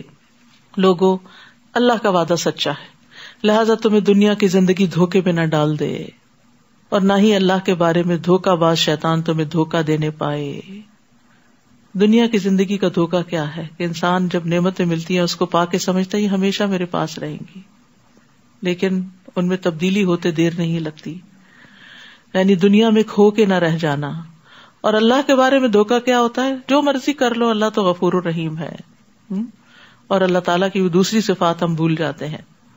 شیطان یقیناً تمہارا دشمن ہے. تو اس کی دشمنی آپ دیکھیے سوچ پر ہے. سب سے پہلے انسان کی سوچ پہ حملہ آور ہوتا ہے، دل پہ حملہ آور ہوتا ہے اور انسان کی سوچ کو بگاڑتا ہے. اور جب انسان کی سوچ بگڑ جاتی ہے تو اس کی گفتگو بھی خراب ہو جاتی ہے اور اس کے عمل بھی غلط ہو جاتے ہیں. تو اس لیے شیطان سے بچ کے رہنے کی بات کی گئی ہے. شیطان یقیناً تمہارا دشمن ہے، فاتخذوہ عدوا، لہذا اسے دشمن ہی سمجھو. وہ تو اپنے پیروکاروں کو صرف اس لیے بلاتا ہے کہ وہ اس کے ساتھ دوزخ میں جائیں. تو بندہ اللہ کی اطاعت کرے، شیطان کی اطاعت نہ کرے. الذین کفروا لہم عذاب شدید، جو لوگ کافر ہوئے انہیں سخت عذاب ہوگا، اور جو لوگ ایمان لائے اور نیک عمل کیے ان کے لیے بخشش اور بہت بڑا اجر ہے۔ بھلا جس شخص کا برا عمل خوشنما بنا دیا جائے اور وہ اسے اچھا سمجھنے لگے، اس کی گمراہی کا کوئی ٹھکانہ ہے؟ اللہ تعالیٰ اسی طرح جسے چاہتا ہے گمراہ کرتا ہے اور جسے چاہتا ہے ہدایت دیتا ہے، لہٰذا آپ ان پر افسوس کے مارے اپنے آپ کو ہلکان نہ کریں۔ جو کچھ وہ کر رہے ہیں اللہ یقیناً انہیں خوب جاننے والا ہے۔ اللہ ہی تو ہے جو ہوائیں بھیجتا ہے تو وہ بادل اٹھا لاتی ہیں، پھر ہم اس بادل کو کسی مردہ بستی کی طرف چلا کر لے جاتے ہیں اور اس زمین کے مردہ ہونے کے بعد پھر سے اسے زندہ کر دیتے ہیں۔ انسانوں کا جی اٹھنا بھی اسی طرح ہوگا۔ من کان یرید العزت فللہ العزت جمیعا، جو شخص عزت چاہتا ہے تو عزت تو تمام تر اللہ ہی کے لیے ہے۔ اور بعض اوقات انسان اپنی عزت بنانے کے لیے جھوٹے کام بھی کرتا ہے، دھوکہ دیتا ہے، منافقت کرتا ہے، لیکن وہ بھول جاتا ہے کہ عزت کا مالک اللہ ہے، اللہ ہی دے گا تو ملے گی۔ اس لیے اللہ کو راضی کرنے کی ضرورت ہے، کیونکہ جب اللہ راضی ہو جاتا ہے تو وہ جبریل کو منادی کر کے کہتا ہے کہ میں فلاں سے راضی ہوں اور فلاں سے محبت کرتا ہوں، تم بھی اس سے محبت کرو، تو پھر وہاں سے یہ سب کچھ آتا ہے۔ پاکیزہ کلمات اسی کی طرف چڑھتے ہیں۔ پاکیزہ کلمات کون سے ہیں؟ اچھی باتیں، سبحان اللہ والحمد للہ، تسبیحات، ذکر، اور صالح عمل انہیں اوپر اٹھاتا ہے۔ یاد رکھیے خالی باتیں بھی کافی نہیں ہوتی جب تک عمل نہ ہو، عمل اوپر لے جائے گا ان کو۔ گویا ذکر بھی اس وقت زیادہ فائدہ دیتا ہے جب انسان عمل بھی اچھے کرے، کیونکہ بعض اوقات ہم کہتے ہیں ہم نے یہ بڑا وظیفہ کیا، ہمارا وظیفہ کام نہیں آیا، تو کبھی سوچا ہم نے کہ وظیفے کے ساتھ نماز بھی تو پڑھنی تھی؟ یعنی بہت ساری ہماری جو مشکلات ہیں ان کے پیچھے وجہ یہ ہوتی ہے کہ ہم اپنی نمازوں کی صحیح حفاظت نہیں کر رہے ہوتے، پابندی نہیں کر رہے ہوتے، اس سے گھروں میں نحوست ہوتی، مشکلات آتی ہیں، پریشانیاں آتی، پھر ہم نمازیں پڑھنے کی بجائے وَاسْتَعِينُوا بِالصَّبْرِ وَالصَّلَاةِ کی بجائے کیا شروع کر دیتے ہیں؟ وظیفے شروع کر دیتے ہیں، اور پھر جب ان کا کوئی اثر نہیں ہوتا تو پھر دین سے ہی باغی ہو جاتے ہیں۔ تو یہ بہت اہم بات ہے کہ پاکیزہ کلمات اسی کی طرف چڑھتے ہیں اور صالح عمل انہیں اوپر اٹھاتا ہے، یعنی قبولیت بھی جب ہی ہوگی۔ اور جو لوگ بری چالیں چلتے ہیں تو ایسے لوگوں کے لیے سخت عذاب ہے اور ان کی چال ہی برباد ہونے والی ہے۔ واللہ خلقکم من تراب ثم من نطفۃ ثم جعلکم ازواجا، اور اللہ نے تمہیں مٹی سے پھر نطفے سے پیدا کیا، پھر تمہیں جوڑے جوڑے بنایا مرد اور عورت کی شکل میں۔ جو بھی مادہ حاملہ ہوتی ہے یا بچہ جنتی ہے تو اللہ کو اس کا علم ہوتا ہے، اور کوئی بڑی عمر والا جو عمر دیا جائے یا اس کی عمر کم کی جائے تو یہ سب کچھ کتاب میں درج ہے۔ اللہ کے لیے یہ بات بالکل آسان ہے، یعنی عمر زیادہ کرنا یا کم کرنا یہ سب کچھ اسی کے اختیار میں ہے۔ اور دو طرح کے سمندر ایک جیسے نہیں ہو سکتے، جن میں ایک کا پانی میٹھا پیاس بجھانے والا اور پینے میں خوشگوار ہو، اور دوسرا کھاری کڑوا۔ تو ایسے ہی انسانوں کی بھی دو قسمیں، ایسے ہی حالات بھی دو طرح کے ہوتے ہیں۔ اور تم دونوں سے تر و تازہ گوشت حاصل کر کے کھاتے ہو اور زیور بھی نکالتے ہو جو تم پہنتے ہو، یعنی فائدہ دونوں سے ہی پہنچتا ہے۔ بعض اوقات جو لوگ ہمیں تکلیف دیتے ہیں ان سے فائدے بھی بہت پہنچتے ہیں۔ اور اسی سمندر میں تم دیکھتے ہو کہ کشتیاں پانی کو چیرتی پھاڑتی چلی جا رہی ہیں، تاکہ ایسے سفر سے تم اللہ کا فضل تلاش کرو اور اس کا شکر ادا کرو۔ وہ رات کو دن اور دن کو رات میں داخل کرتا ہے، اس نے سورج اور چاند کو مسخر کیا ہے، ہر ایک ایک مقرر مدت تک چلتا رہے گا۔ یہ ہے اللہ کی شان جو تمہارا رب ہے، اسی کی بادشاہی ہے، اور اسے چھوڑ کر جنہیں تم پکارتے ہو وہ تو کھجور کی گٹلی کے ایک چھلکے کے بھی مالک نہیں۔ غیر اللہ کی تو اتنی بھی ملکیت نہیں۔ پھر آپ کہیں گے یہ جو ہمارے پاس سب کچھ ہے یہ بھی تو ہماری ملکیت ہے، نہیں، اصل میں اس کا بھی مالک اللہ ہی ہے، یہ وقتی طور پر ہمارے ہاتھ میں ہے۔ اگر تم انہیں پکارو تو وہ تمہاری پکار سن نہیں سکتے۔ پتھر کے بت کہاں سے سنیں گے؟ قبر میں پڑے ہوئے مردے کہاں سے سنیں گے؟ اور اگر سن بھی لیں تو تمہیں جواب نہیں دے سکتے، یعنی تمہارا مطالبہ پورا نہیں کر سکتے، تمہاری مدد نہیں کر سکتے، اور قیامت کے دن تو وہ تمہارے شرک کا انکار ہی کر دیں گے، اور اللہ خبیر کی طرح آپ کو کوئی دوسرا صحیح خبر نہیں دے سکتا۔ تو جو اللہ نے خبر دی ہے اس پہ یقین کر لو کہ حالات اور معاملہ ایسا ہی ہے۔ یا ایھا الناس انتم الفقراء الی اللہ واللہ هو الغنی الحمید۔ اے لوگو تم سب اللہ کے محتاج ہو اور اللہ ہر چیز سے بے نیاز اور حمد کے لائق ہے. انسان کوئی بھی ہو، پڑھا لکھا ہو یا ان پڑھ ہو، جاہل ہو یا عالم ہو، غریب ہو یا فقیر ہو، مرد ہو یا عورت ہو، بوڑھا ہو یا جوان ہو، سب اللہ کے محتاج ہیں. ہم سب محتاج تھے دنیا میں آتے وقت بھی، کہ اللہ نے پیدا کیا، زندگی دی تو زندگی ملی، اور آج یہ روح ہمارے اندر ہے کہ ہم چلتے پھرتے، کھاتے پیتے، بولتے سنتے سمجھتے ہیں. اور اگر اللہ یہ روح نکال کے لے جائے تو بھی ہم اللہ کے محتاج ہیں، کیونکہ وہی جیسا چاہے گا معاملہ کرے گا. اور قیامت کے دن بھی اللہ ہی کے محتاج ہیں. تو ہر حال میں اور ہر موقع پر اللہ کی محتاجی ہے. وہی پار لگائے تو پار لگ سکتے ہیں. تو اس لیے اللہ کے سامنے عاجز ہی رہنا چاہیے. اللہ کو تمہاری ضرورت نہیں، تمہیں اللہ کی ضرورت ہے. اگر وہ چاہے تو تمہیں لے جائے اور تمہاری جگہ کوئی نئی مخلوق لے آئے، اور یہ بات اللہ پر کچھ دشوار نہیں. اور کوئی بوجھ اٹھانے والا دوسروں کے گناہوں کا بوجھ نہیں اٹھائے گا. اور اگر بوجھ سے لدا ہوا شخص کسی دوسرے کو اٹھانے کے لیے بلائے گا بھی تو کوئی اس کے بوجھ کا کچھ بھی حصہ اٹھانے کو تیار نہ ہوگا. یعنی ہر شخص کو قیامت کے دن اپنے گناہ خود اپنے اوپر ہی لادنے ہوں گے، اگرچہ وہ اس کا قرابت داری کیوں نہ ہو، رشتہ دار، ماں باپ، بہن، بھائی، اولاد. کوئی بھی انسان کے گناہوں کو نہیں اپنے سر پہ اٹھائے گا، انسان کو خود ہی اٹھانا ہوگا. اے نبی، آپ تو صرف ان لوگوں کو ہی ڈرا سکتے ہیں جو بن دیکھے اپنے رب سے ڈرتے ہیں اور نماز قائم کرتے ہیں. اور جو شخص پاکیزگی اختیار کرتا ہے تو وہ اپنے ہی لیے اختیار کرتا ہے، اور سب کو اللہ ہی کی طرف لوٹ کر جانا ہے. وَمَن تَزَكَّىٰ فَإِنَّمَا يَتَزَكَّىٰ لِنَفْسِهِ وَإِلَى اللَّهِ الْمَصِيرُ. ہم اپنی بری عادتیں چھوڑیں یا نہ چھوڑیں، ہم اپنے دل کا تزکیہ کریں یا نہ کریں، واپسی تو اللہ کی طرف ہے. تو کامیاب کون ہے؟ قد افلح من تزکیٰ. کامیاب ہو گیا وہ جس نے پاکیزگی اختیار کر لی. یاد رکھیے قیامت کے دن بیٹا بھی ماں باپ کا بوجھ اٹھانے سے انکار کر دے گا. ابن عباس کہتے ہیں باپ اور ماں اپنے بیٹے کو ملیں گے تو کہیں گے بیٹے میرے کچھ گناہ اپنے سر پہ لے لو. وہ کہے گا میں ایسا نہیں کر سکتا، جو گناہ میرے اوپر ہیں وہی مجھے کافی ہیں. تو اگر اولاد ہی کام نہیں آئے گی تو دوسرے کہاں سے کام آئے گی. وَمَا يَسْتَوِي الْأَعْمَى وَالْبَصِيرُ. تو نابینا اور بینا برابر نہیں ہو سکتے. وَلَا الظُّلُمَاتُ وَلَا النُّورُ. اور نہ اندھیرے اور روشنی. وَلَا الظِّلُّ وَلَا الْحَرُورُ. اور نہ سایہ اور دھوپ ایک جیسی. وَمَا يَسْتَوِي الْأَحْيَاءُ وَلَا الْأَمْوَاتُ. اور نہ ہی زندے اور مردے ایک جیسے ہوتے ہیں. اللہ تو جسے چاہے سنا سکتا ہے، لیکن آپ ان لوگوں کو نہیں سنا سکتے جو قبروں میں پڑے ہوئے ہیں. یعنی اللہ تعالیٰ تو مردے کو بھی سنا سکتا ہے اپنی بات، لیکن ایک عام انسان مردوں کو نہیں سنا سکتا. آپ دیکھیں کہ قبر میں جانے سے پہلے جب مردہ کفن لپیٹے پڑا ہوتا ہے، لوگ شکل دیکھ رہے ہوتے ہیں، اس سے 100 سوال بھی کریں، 100 دفعہ کوئی بات کریں، کیا وہ بولتا ہے، کیا وہ جواب دیتا ہے، کیا وہ کچھ کرتا ہے اٹھ کے؟ کچھ بھی نہیں. تو یہ کیسے ہوگا کہ جو ہی وہ قبر کے اندر پہنچے اور منو مٹی ان کے اوپر پڑ گئی تو وہ بولنا شروع ہو گئے؟ آپ تو صرف ایک ڈرانے والے ہیں. یقیناً ہم نے آپ کو سچا دین دے کر بھیجا، بشارت دینے والا اور ڈرانے والا بنا کر، اور کوئی امت ایسی نہیں گزری جس میں کوئی ڈرانے والا نہ آیا ہو. اور اگر یہ لوگ آپ کو جھٹلاتے ہیں تو ان سے پہلے کے لوگ بھی جھٹلاتے رہے ہیں. ان کے رسول ان کے پاس واضح دلائل، صحیفے اور روشنی بخش کتاب لائے تھے. پھر جن لوگوں نے کفر کیا انہیں میں نے پکڑ لیا، پھر دیکھو میری گرفت کیسی سخت تھی. کیا تم دیکھتے نہیں کہ اللہ آسمان سے پانی برساتا ہے جس سے ہم رنگا رنگ پھل پیدا کرتے ہیں، اور پہاڑوں میں بھی مختلف رنگوں کی سفید، سرخ اور گہری سیاہ دھاریاں ہوتی ہیں. اللہ تعالیٰ کائنات کی نشانیاں دکھا رہا ہے.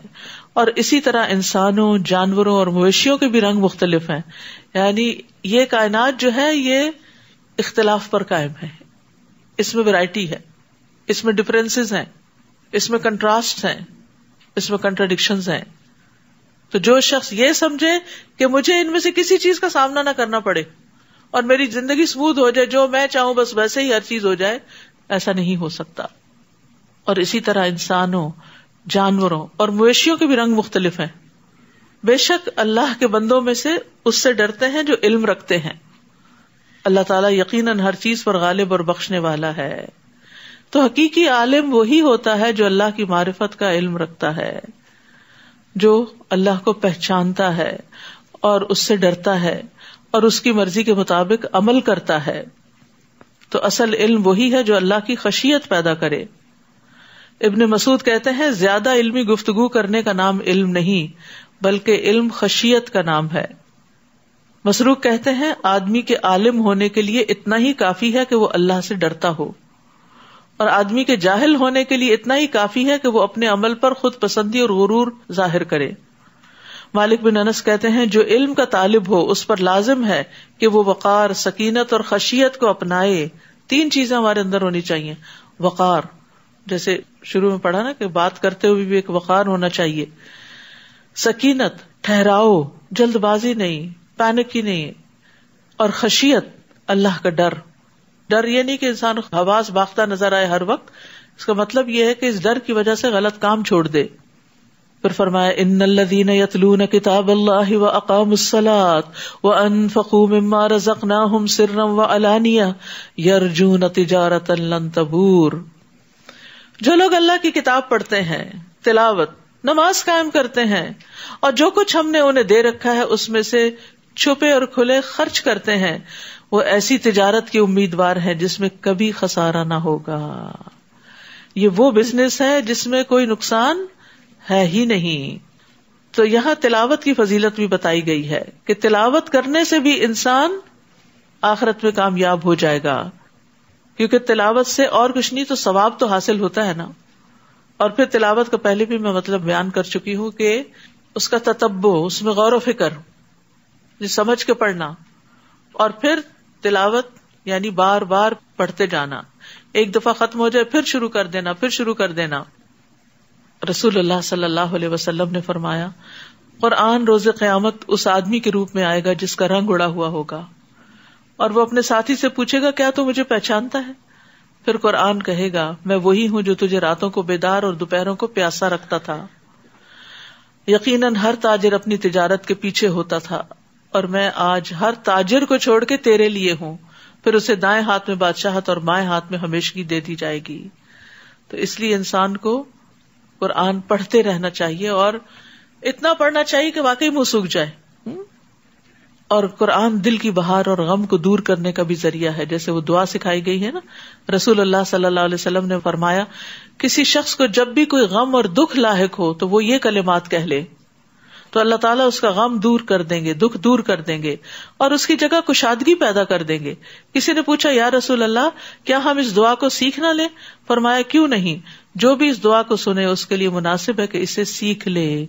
اللہم انی عبدک وابن عبدک وابن امتک ناصیتی بیدک ماض فی حکمک عدل فی قضاؤک اسألک بکل اسم ہوا لک، آخر تک.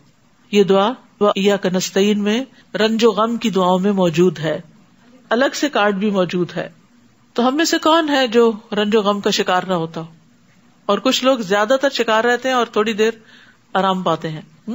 تو انہیں کثرت سے یہ دعا پڑھتے رہنا چاہیے تاکہ ایسے لوگوں کو اللہ تعالیٰ ان کا پورا پورا اجر دے اور وہ اپنی مہربانی سے کچھ زیادہ بھی دے. بلا شبہ وہ معاف کرنے والا ہے، قدردان ہے. اور اے نبی جو کتاب ہم نے آپ کی طرف وحی کی ہے وہی حق ہے جو اپنے سے پہلی کتابوں کی تصدیق کرتی ہے. بلا شبہ اللہ تعالیٰ اپنے بندوں سے باخبر اور انہیں دیکھنے والا ہے. ثم اورثنا الكتاب الذين اصطفينا من عبادنا فمنهم ظالم لنفسه ومنهم مقتصد ومنهم سابق بالخيرات بإذن الله ذلك هو الفضل الكبير. پھر ہم نے ان لوگوں کو کتاب کا وارث بنایا جنہیں ہم نے اس وراثت کے لیے اپنے بندوں میں سے چن لیا. اس کتاب کا وارث یعنی اس کتاب کو پڑھنے والے، اس کتاب کو سمجھنے والے، اس کتاب کی خدمت کرنے والے، اس کتاب پر ایمان لانے والے. پھر ان میں سے کوئی تو اپنے آپ پر ظلم کرنے والا ہے یعنی گناہ کرنے والا، کوئی میانہ رو ہے، درمیانی چال چلتا ہے، اور کوئی اللہ کے اذن سے نیکیوں میں آگے نکل جانے والا ہے. یہی بہت بڑا فضل ہے. تو ظالم لنفسہ کون ہے جس کا پہلے ذکر کیا گیا؟ جو نافرمانیوں کا ارتکاب کرتا ہے، قرآن کے مطابق عمل نہیں کرتا. اور مقتصد جو درمیان میں ہے، اور سابق جو سنتا ہے وہ کر گزرتا ہے. سباق عربی زبان میں دوڑ لگانے کو کہتے ہیں. تو سابق وہ ہے جو دنیا میں اللہ کے راستے پہ دوڑ رہا ہے، دوڑتے دوڑتے آخرت میں بھی پل صراط پار کر کے اللہ کی جنت میں پہنچ جائے گا. تو یہ اعلیٰ درجے کے لوگ ہیں. اب آپ بھی کتاب کے وارث ہیں، آپ کو بھی اللہ نے کتاب سے روشناس کرا دیا.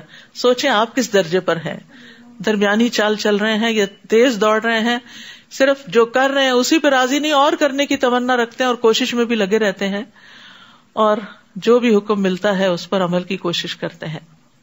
کیونکہ درمیان میں کبھی انسان ادھر لڑکتا ہے کبھی ادھر لڑکتا ہے, لیکن اگر دوڑ لگانے کی سوچے تو انشاءاللہ اس سے فائدہ یہ ہوگا کہ اگر سابقون میں سے اللہ نہ کرے نہ بھی صحیح تو ظالموں میں نہ شمار ہوں.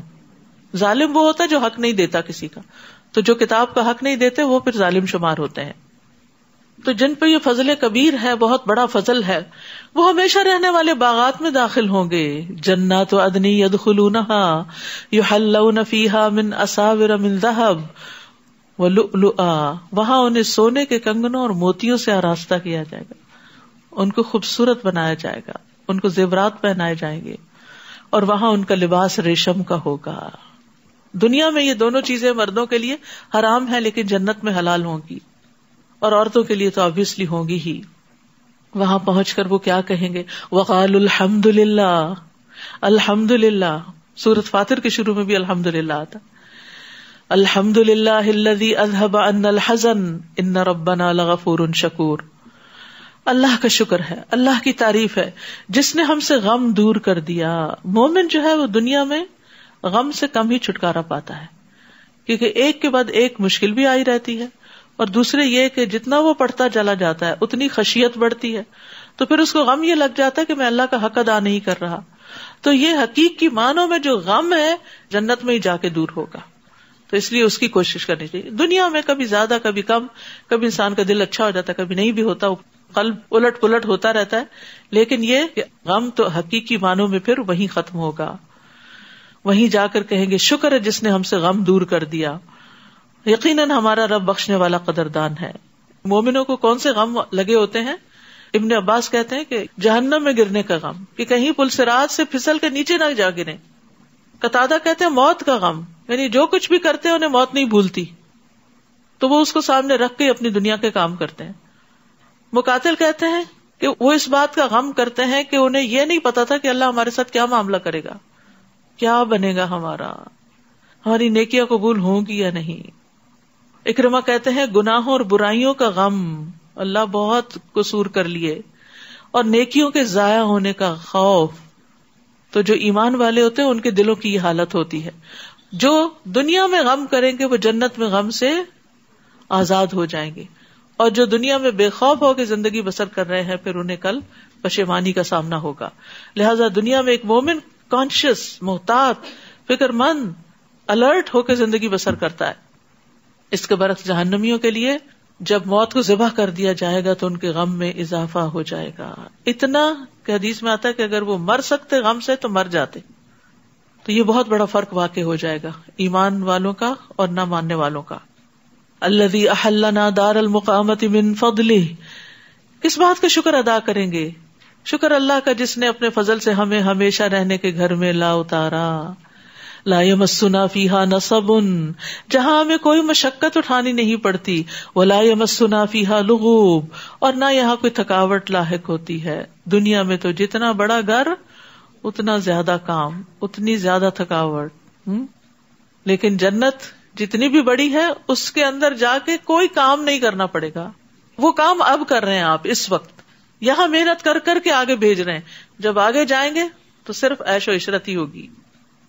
والذین کفروا لهم نار جہنم لا یقضی علیہم فیموتوا ولا یخفف عنہم من عذابها کذالک نجزی کل کفور. اور جن لوگوں نے کفر کیا ان کے لیے جہنم کی آگ ہے, نہ تو ان کا کام تمام کیا جائے گا کہ وہ مر جائیں, اور نہ ہی ان سے جہنم کا عذاب ہلکا کیا جائے گا. ہم ہر ناشکرے کو ایسی ہی سزا دیا کرتے ہیں. استغفر اللہ. ایک طرف شکر گزاری ہے اور دوسری طرف ناشکری ہے, کفور, کفر. کفر کا معنی انکار بھی ہوتا ہے اور ناشکری بھی ہوتی ہے. وہاں وہ چیخ چیخ کر کہیں گے اے ہمارے رب ہمیں اس سے نکال کے ہم نیک عمل کریں, ویسے نہیں جیسے پہلے کرتے تھے. اللہ تعالیٰ جواب میں فرمائے گا کیا ہم نے تمہیں اتنی عمر نہیں دی تھی جس میں اگر کوئی نصیحت حاصل کرنا چاہتا تو کر سکتا تھا, حالانکہ تمہارے پاس ڈرانے والا بھی آیا تھا.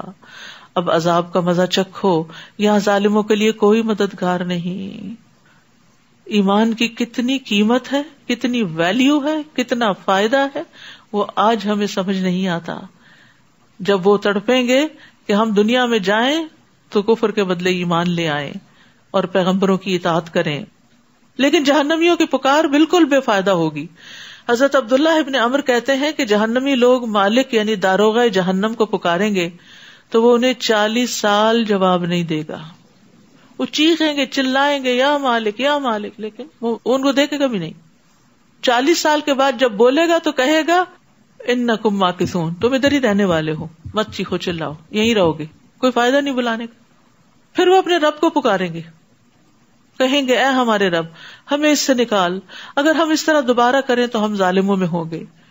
تو اللہ تعالیٰ ان کو اتنی مدت جواب نہیں دے گا جتنی دنیا کی مدت تھی. پھر وہ فرمائے گا اسی میں ذلیل ہو کر پڑے رہو اور کوئی بات نہ کرو. پھر وہ لوگ مایوس ہو جائیں گے، مایوس، پھر کچھ بننے والا نہیں. اس لیے کتنا ضروری ہے کہ انسان خود بھی ناشکری سے بچے، کفر سے بچے، اور دوسروں کو بھی بچانے کی فکر کرے، کیونکہ جہنم کا عذاب بڑا ہی سخت ہے. ان عذابھا کان غراما.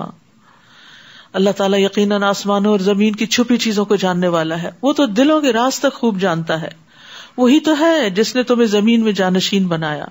پھر جو کوئی کفر کرے تو اس کے کفر کا وبال اسی پر ہے. کون سا وبال؟ یہ ابھی جو پیچھے پڑا. اور کافروں کا کفر ان کے رب کے ہاں اس کا غضب ہی بڑھاتا ہے، یا پھر کافروں کا کفر خسارے میں ہی اضافہ کرتا ہے. تو دنیا میں ایمان والے جب عمل صالح کرتے ہیں تو ان کا ایمان اور عمل صالح ان کو آخرت میں اور فائدہ دے گا. اور کفر والوں کی اگر زندگی لمبی ہوتی ہے تو ان کا کفر ان کو اور زیادہ نقصان دے گا. آپ ان کافروں سے کہیے اپنے ان شریکوں کو تو ذرا دیکھو جنہیں تم اللہ کے سوا پکارتے ہو، اور مجھے بتاؤ کہ انہوں نے زمین کا کون سا حصہ پیدا کیا ہے، یا آسمانوں میں ان کی شراکت ہے، یا ہم نے انہیں کوئی ایسی تحریر دی ہے جس کی روح سے وہ کوئی واضح دلیل رکھتے ہیں. ان میں سے تو کوئی بات بھی نہیں، بلکہ یہ ظالم ایک دوسرے کو دھوکے کے وعدے دیتے رہے ہیں. اللہ تعالیٰ ہی یقیناً آسمانوں اور زمین کو تھامے ہوئے ہے کہ کہیں وہ اپنی جگہ سے ہٹ نہ جائیں. سبحان اللہ، اللہ نے ہمارے جینے کا کیسا انتظام کر رکھا ہے. اور اگر وہ ہٹ جائیں تو اس کے بعد انہیں کوئی بھی اپنی جگہ پہ برقرار نہیں رکھ سکتا. بلا شبہ وہ بڑا بردبار اور معاف کرنے والا ہے. اور یہ لوگ اللہ کی پختہ قسمیں کھایا کرتے تھے کہ اگر ان کے پاس کوئی ڈرانے والا پیغمبر آ جائے تو کسی بھی دوسری امت سے زیادہ ہدایت پا لیں گے، مگر جب ان کے پاس ڈرانے والا آ گیا تو ان میں نفرت ہی بڑھتی گئی، جس کی وجہ ان کا زمین میں بڑا بن کر رہنا اور بری چالیں چلنا تھا. حالانکہ بری چال تو چلنے والے ہی پر آ پڑتی ہے. پھر یہ صرف اس سنت الہی کا انتظار کر رہے ہیں جو پہلے لوگوں میں جاری رہی. اللہ کی اس سنت میں آپ نہ تو کبھی کوئی تبدیلی پائیں گے اور نہ ہی تغیر. تو سب سے بڑا فساد کیا ہے؟ ایک دوسرے کے خلاف چالیں چلنا. وَلَا يَحِيقُ الْمَكْرُ السَّيِّئُ إِلَّا بِأَهْلِهِ. تو یاد رکھیے انسان جب کسی کے خلاف چال چلتا ہے نا، کسی کو بے چین کرتا ہے، امن اس کا چھین لیتا ہے، تو وہ خود بھی اسی میں مبتلا ہو جاتا ہے. یعنی اپنی ہلاکت کی طرف جلدی کرتا ہے انسان. اور اللہ کو فساد ویسے ہی پسند نہیں.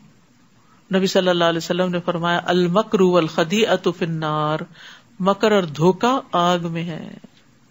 نبی صلی اللہ علیہ وسلم نے بھی فرمایا دھوکا دینے والے کے لیے قیامت کے دن ایک جھنڈا ہوگا جس کے ذریعے وہ پہچانا جائے گا یہ دھوکے باز شخص ہے. یعنی انسان اگر دوسرے کو اندھیرے میں رکھتا ہے، کیا وہ زمین میں چلتے پھرتے نہیں کہ ان لوگوں کا انجام دیکھیں جو ان سے پہلے گزر چکے ہیں، اور وہ ان سے بھی زیادہ طاقتور تھے. اللہ کو تو آسمانوں کی یا زمین کی کوئی بھی چیز عاجز نہیں کر سکتی. بلا شبہ وہ سب کچھ جاننے والا اور قدرت والا ہے. اور اگر اللہ لوگوں کے اعمال کے مطابق ان کا مواخذہ کرتا تو سطح زمین پر کوئی جاندار زندہ نہ چھوڑتا، لیکن وہ تو ایک مقررہ وقت تک انہیں ڈھیل دیے جاتا ہے. پھر جب وہ ان کا مقررہ وقت آ جائے گا تو یقیناً اللہ اپنے بندوں کو دیکھ رہا ہے. سورۃ یاسین. بسم اللہ الرحمن الرحیم. یاسین والقرآن الحکیم انک لمن المرسلین علی صراط مستقیم تنزیل العزیز الرحیم. یاسین، حکمت والے قرآن کی قسم، آپ بلا شبہ رسولوں میں سے ایک رسول ہیں، سیدھی راہ پر ہیں، جو غالب اور رحم کرنے والے کا نازل کردہ ہے، یعنی قرآن. تاکہ آپ ایسی قوم کو ڈرائیں جن کے آباء و اجداد نہیں ڈرائے گئے تھے، لہٰذا وہ غفلت میں پڑے ہوئے. تو لوگوں کی غفلت دور کرنے کا سب سے بہترین ذریعہ کیا ہے؟ قرآن کے ذریعے ان کو نصیحت کرنا. ان میں سے اکثر پر اللہ کا یہ قول ثابت ہو چکا ہے کہ وہ ایمان نہیں لائیں گے. یعنی اللہ کو پہلے سے ہی پتا ہے کہ ان کو جتنا بھی خبردار کیا جائے یہ نہیں مانتے. ہم نے ان کے گلوں میں توق ڈال دیے ہیں جو ان کی ٹھوڑیوں تک پہنچ گئے ہیں، لہٰذا وہ سر اٹھائے ہی رہتے ہیں. نیز ہم نے ایک دیوار تو ان کے سامنے کھڑی کر دی ہے اور ایک ان کے پیچھے، اس طرح ہم نے ان پر پردہ ڈال رکھا ہے کہ وہ کچھ دیکھ نہیں سکتے. آپ انہیں ڈرائیں یا نہ ڈرائیں ان کے لیے یکساں ہے، وہ ایمان نہیں لائیں گے. آپ تو صرف اسے ڈرا سکتے ہیں جو اس ذکر یعنی قرآن کی پیروی کرے اور بن دیکھے رحمان سے ڈرے. ایسے لوگوں کو آپ مغفرت اور باعزت اجر کی خوشخبری دے دیجئے. کس کے لیے ہے خوشخبری؟ بخشش اور اجر کریم کی، جو رحمان سے غائبانہ طور پہ ڈرے اور اس قرآن کی پیروی کرے. تو مومن جو ہوتا ہے وہ اللہ کے عذاب سے ہمیشہ ڈرتا ہے اور نیک عمل کرنے کے باوجود ڈرتا ہے، اور اس بات سے بھی ڈرتا ہے کہ کہیں اس کے اعمال ریجیکٹ نہ ہو جائیں، کہ وہ سٹینڈرڈ کے نہیں کہ جو اللہ کی شان میں پیش کیے جانے چاہیے تھے. مومن کے اندر ایمان اور خوف دونوں ہوتے ہیں، جبکہ منافق بد عمل بھی ہوتا ہے اور بے خوف بھی ہوتا ہے. جب انسان اللہ کا خوف اختیار کرتا ہے تو اللہ کی رحمت پاتا ہے، اور غائبانہ طور پر ڈرنے والے کو عرش کا سایہ بھی نصیب ہوگا. نبی صلی اللہ علیہ وسلم نے فرمایا 7 آدمی ایسے ہیں جنہیں اللہ قیامت کے دن اپنے عرش کے سائے میں جگہ دے گا، جبکہ اس کے عرش کے سائے کے سوا اور کوئی سایہ نہ ہوگا. ان میں سے ایک وہ شخص ہے جسے کسی بلند مرتبہ اور خوبصورت عورت نے اپنی طرف بلایا اور اس نے جواب دیا کہ میں اللہ سے ڈرتا ہوں. یہ ہے اللہ سے غائبانہ طور پر ڈرنے والے، جن کے لیے بخشش کا وعدہ ہے کہ جب کوئی بھی نہ دیکھ رہا ہو تب بھی وہ کوئی بے حیائی کا کام نہیں کرتے، برائی کا کام نہیں کرتے. انا نحن نحيي الموتى ونكتب ما قدموا وآثارهم وكل شيء احصيناه في امام مبين. بلا شبہ ہم ہی مردوں کو زندہ کرتے ہیں، یعنی زندگی اور موت کا مالک صرف اللہ ہے، کوئی اور نہیں. ہم ان کے وہ اعمال بھی لکھتے جاتے ہیں جو آگے بھیج چکے ہیں. ہر روز اعمال نامہ اوپر جاتا ہے، اور وہ آثار بھی جو پیچھے چھوڑ چکے ہیں، یعنی ہمارے اعمال تو اللہ کے پاس چلے جاتے ہیں، اور ان کے جو اثرات ہوتے ہیں نیکی اور برائی کے اثرات، یا لوگ ہم سے جو کچھ اخذ کر لیتے ہیں، وہ دنیا میں مزید اچھائی یا برائی کا ذریعہ بنتے ہیں. اچھے کام کریں گے تو ملٹی پلائی ہوں گے. اگر ہمیں دیکھ کے کوئی اچھا کام کر لیتا ہے تو پھر اس کو بھی اجر ملے گا، آپ کو بھی ملے گا، اور اسی طرح برا کام کرتے ہوئے بھی. وَكُلَّ شَيْءٍ أَحْصَيْنَاهُ فِي إِمَامٍ مُبِينٍ، اور ہم نے ہر چیز کا ایک واضح کتاب یعنی لوح محفوظ میں ریکارڈ رکھا ہوا ہے. تو یاد رکھیے انسان کے آثار کی بھی یہاں بات جو ہو رہی ہے اس میں انسان کے قدم بھی ہیں. جب نبی صلی اللہ علیہ وسلم کے زمانے میں بنو سلمہ نے مدینے کے دور کے علاقے سے قریب شفٹ ہونا چاہا تو آپ نے فرمایا دیارکم تکتب آثارکم، جہاں رہتے ہو وہیں رہو، جتنے قدم چل کے آتے ہو وہ بھی کاؤنٹ ہوتے ہیں، وہ بھی لکھے جاتے ہیں. تو اس لیے اگر آپ دور سے آتے ہیں، اور جو جتنی دور سے آتا ہے اس کے اتنے ہی قدم لکھے جاتے ہیں. تو اس لیے کبھی انسان کو یہ نہیں سوچنا چاہیے کہ ہم تو بیچارے، آپ تو زیادہ خوش قسمت، زیادہ ثواب سمیٹ کے جاتے ہیں. اور آپ انہیں اس بستی والوں کی مثال بیان کیجئے جبکہ ان کے پاس رسول آئے تھے. جب ہم نے ان کی طرف 2 رسول بھیجے تو انہوں نے ان دونوں کو جھٹلا دیا. پھر ہم نے ایک تیسرے رسول سے انہیں تقویت بخشی. تب ان تینوں نے کہا ہم تمہاری طرف رسول کی حیثیت سے بھیجے گئے ہیں. وہ کہنے لگے تم تو ہمارے ہی جیسے انسان ہو اور رحمان نے تو کچھ بھی نہیں اتارا، تم تو محض جھوٹ بولتے ہو. وہ کہنے لگے ہمارا رب جانتا ہے کہ ہم یقیناً تمہاری طرف رسول بنا کر بھیجے گئے اور ہمارے ذمہ تو صرف واضح طور پر پیغام پہنچا دینا ہے. وہ کہنے لگے ہم تو تمہیں منحوس سمجھتے ہیں، اگر تم باز نہ آئے تو ہم تمہیں سنسار کر دیں گے. پیغمبروں کو بھی لوگوں نے منحوس کہا، اور ہمارے ہاتھوں تمہیں دردناک سزا ملے گی، دھمکیاں بھی دی. وہ کہنے لگے تمہاری نحوست تو تمہارے اپنے ساتھ لگی ہوئی ہے، اگر تمہیں نصیحت کی جائے تو کیا تم اسے نحوست سمجھتے ہو؟ بلکہ تم تو حد سے ہی گزرے ہوئے لوگ ہو. تو انسان کی نحوست اس کے گناہوں کی وجہ سے ہوتی ہے. وَجَاءَ مِنْ أَقْصَى الْمَدِينَةِ رَجُلٌ يَسْعَىٰ قَالَ يَا قَوْمِ اتَّبِعُوا الْمُرْسَلِينَ. اس وقت شہر کے پرلے کنارے سے ایک شخص دوڑتا ہوا آیا اور کہنے لگا میری قوم کے لوگوں ان رسولوں کی پیروی اختیار کر لو. نیکی کے کام میں اس شخص نے دیر نہیں لگائی، دور تھا لیکن دوڑ لگا دی کہ معلوم نہیں کتنا وقت ہے. اور پھر اس کو یہ ڈر تھا کہ کہ قوم میرے ساتھ کیا سلوک کرتی، لیکن اس نے اپنی جان کی بھی پرواہ نہیں کی. تو یاد رکھیے دوسروں کو خوشخبری دینے میں، دوسروں کو اچھی بات بتانے میں دیر نہیں کرنی چاہیے، بس حکمت ہونی چاہیے، لیکن میسج کنوے کرتے جانا چاہیے. اتبعوا من لا يسألكم اجرا وهم مهتدون، پیروی اختیار کر لو ایسے رسولوں کی جو تم سے کچھ اجر نہیں مانگتے اور خود راہ راست پر ہیں. انبیاء احسان کے بدلے میں کسی سے اجر نہیں مانگتے، تمہارے ایمان لانے پر تم سے کچھ چارج نہیں کرتے کہ تمہاری دنیا میں کچھ کمی ہو جائے گی اگر تم مسلمان ہو گئے. وآخر دعوانا ان الحمد للہ رب العالمین. یہ آج کی فری ڈسٹریبیوشن میں ہے، جو لینا چاہیں. فاسٹنگ ان رمضان، یہ انگلش میں ایک پیمفلٹ کا ترجمہ کیا گیا ہے. جو بچے اردو نہیں پڑھتے یہ بتا دیجیے. اسی طرح درود شریف کی آج بات ہوئی تو درود شریف کا پیمفلٹ بھی موجود ہے. پردے کی بات ہوئی تو ہڈن پرلز کے نام سے یہ آیات اور ان کے دلائل جو ہیں اس پیمفلٹ کے اندر موجود ہیں، یہ بھی آپ لے سکتے ہیں. صدقہ خیرات کی بات ہوئی تو یہ پوری کتاب ہے جس میں وہ حدیثیں جو میں کوٹ کرتی ہوں وہ اس میں آپ کو مل جائیں گی. اسی طرح حسن اخلاق کی بات ہے، لقمان حکیم نے اپنی اولاد کو جو نصیحت کی تھی اور آج بھی حسن اخلاق کی بات ہوئی. تو یہ ساری چیزیں ہمارے علم میں اضافہ کرنے والی ہیں اور ان کا اہتمام کرنا چاہیے. اسی طرح اللہ تعالیٰ کی تسبیحات کا جو حکم ہے تو یہ بھی زبردست تسبیحات ہیں جن کو آپ دیکھ کے پڑھ سکتے ہیں. اور 2 سورتوں کے شروع میں الحمدللہ آیا تو یہ اللہ کی حمد و ثنا کے کلمات ہیں، جو ان کو پڑھ لیتا ہے یہ بہت سے ذکر سے کفایت کر جاتے ہیں. اسی طرح تسبیحات کا کارڈ ہے، تکبیرات کا کارڈ ہے، لا الہ الا اللہ کے فائدوں کا کارڈ ہے. اب عید آنے والی ہے تو آپ عید کے تحفوں کے طور پر ہر ایک کو ایک ایک کارڈ اور اس طرح کی چیزیں بھی دے سکتے ہیں. دن تو تھوڑے ہی رہ گئے ہیں، ابھی سے تیاری کر لیجئے تاکہ اپنا صدقہ جاریہ بڑھا سکیں. یعنی ہم دنیا سے چلے جائیں گے تو ہمارے وہ اعمال جو پیچھے بھی ہمیں فائدہ دیں گے، ان میں سے یہ ایک نفع مند علم ہے. جتنے لوگ تسبیح پڑھیں گے آپ کی وجہ سے، جتنے لوگ ذکر کریں گے، آپ کا بھی اجر ساتھ لکھا جاتا رہے گا. آپ تو قبر میں پڑے ہوں گے اور آپ کے دیے ہوئے کارڈ سے کوئی روز تسبیح پڑھتا ہے تو وہ آپ کا اجر روز قبر میں آپ کو پہنچتا رہے گا. سبحانک اللہم و بحمدک، اشہد ان لا الہ الا انت، استغفرک و اتوب الیک. السلام علیکم و رحمۃ اللہ وبرکاتہ.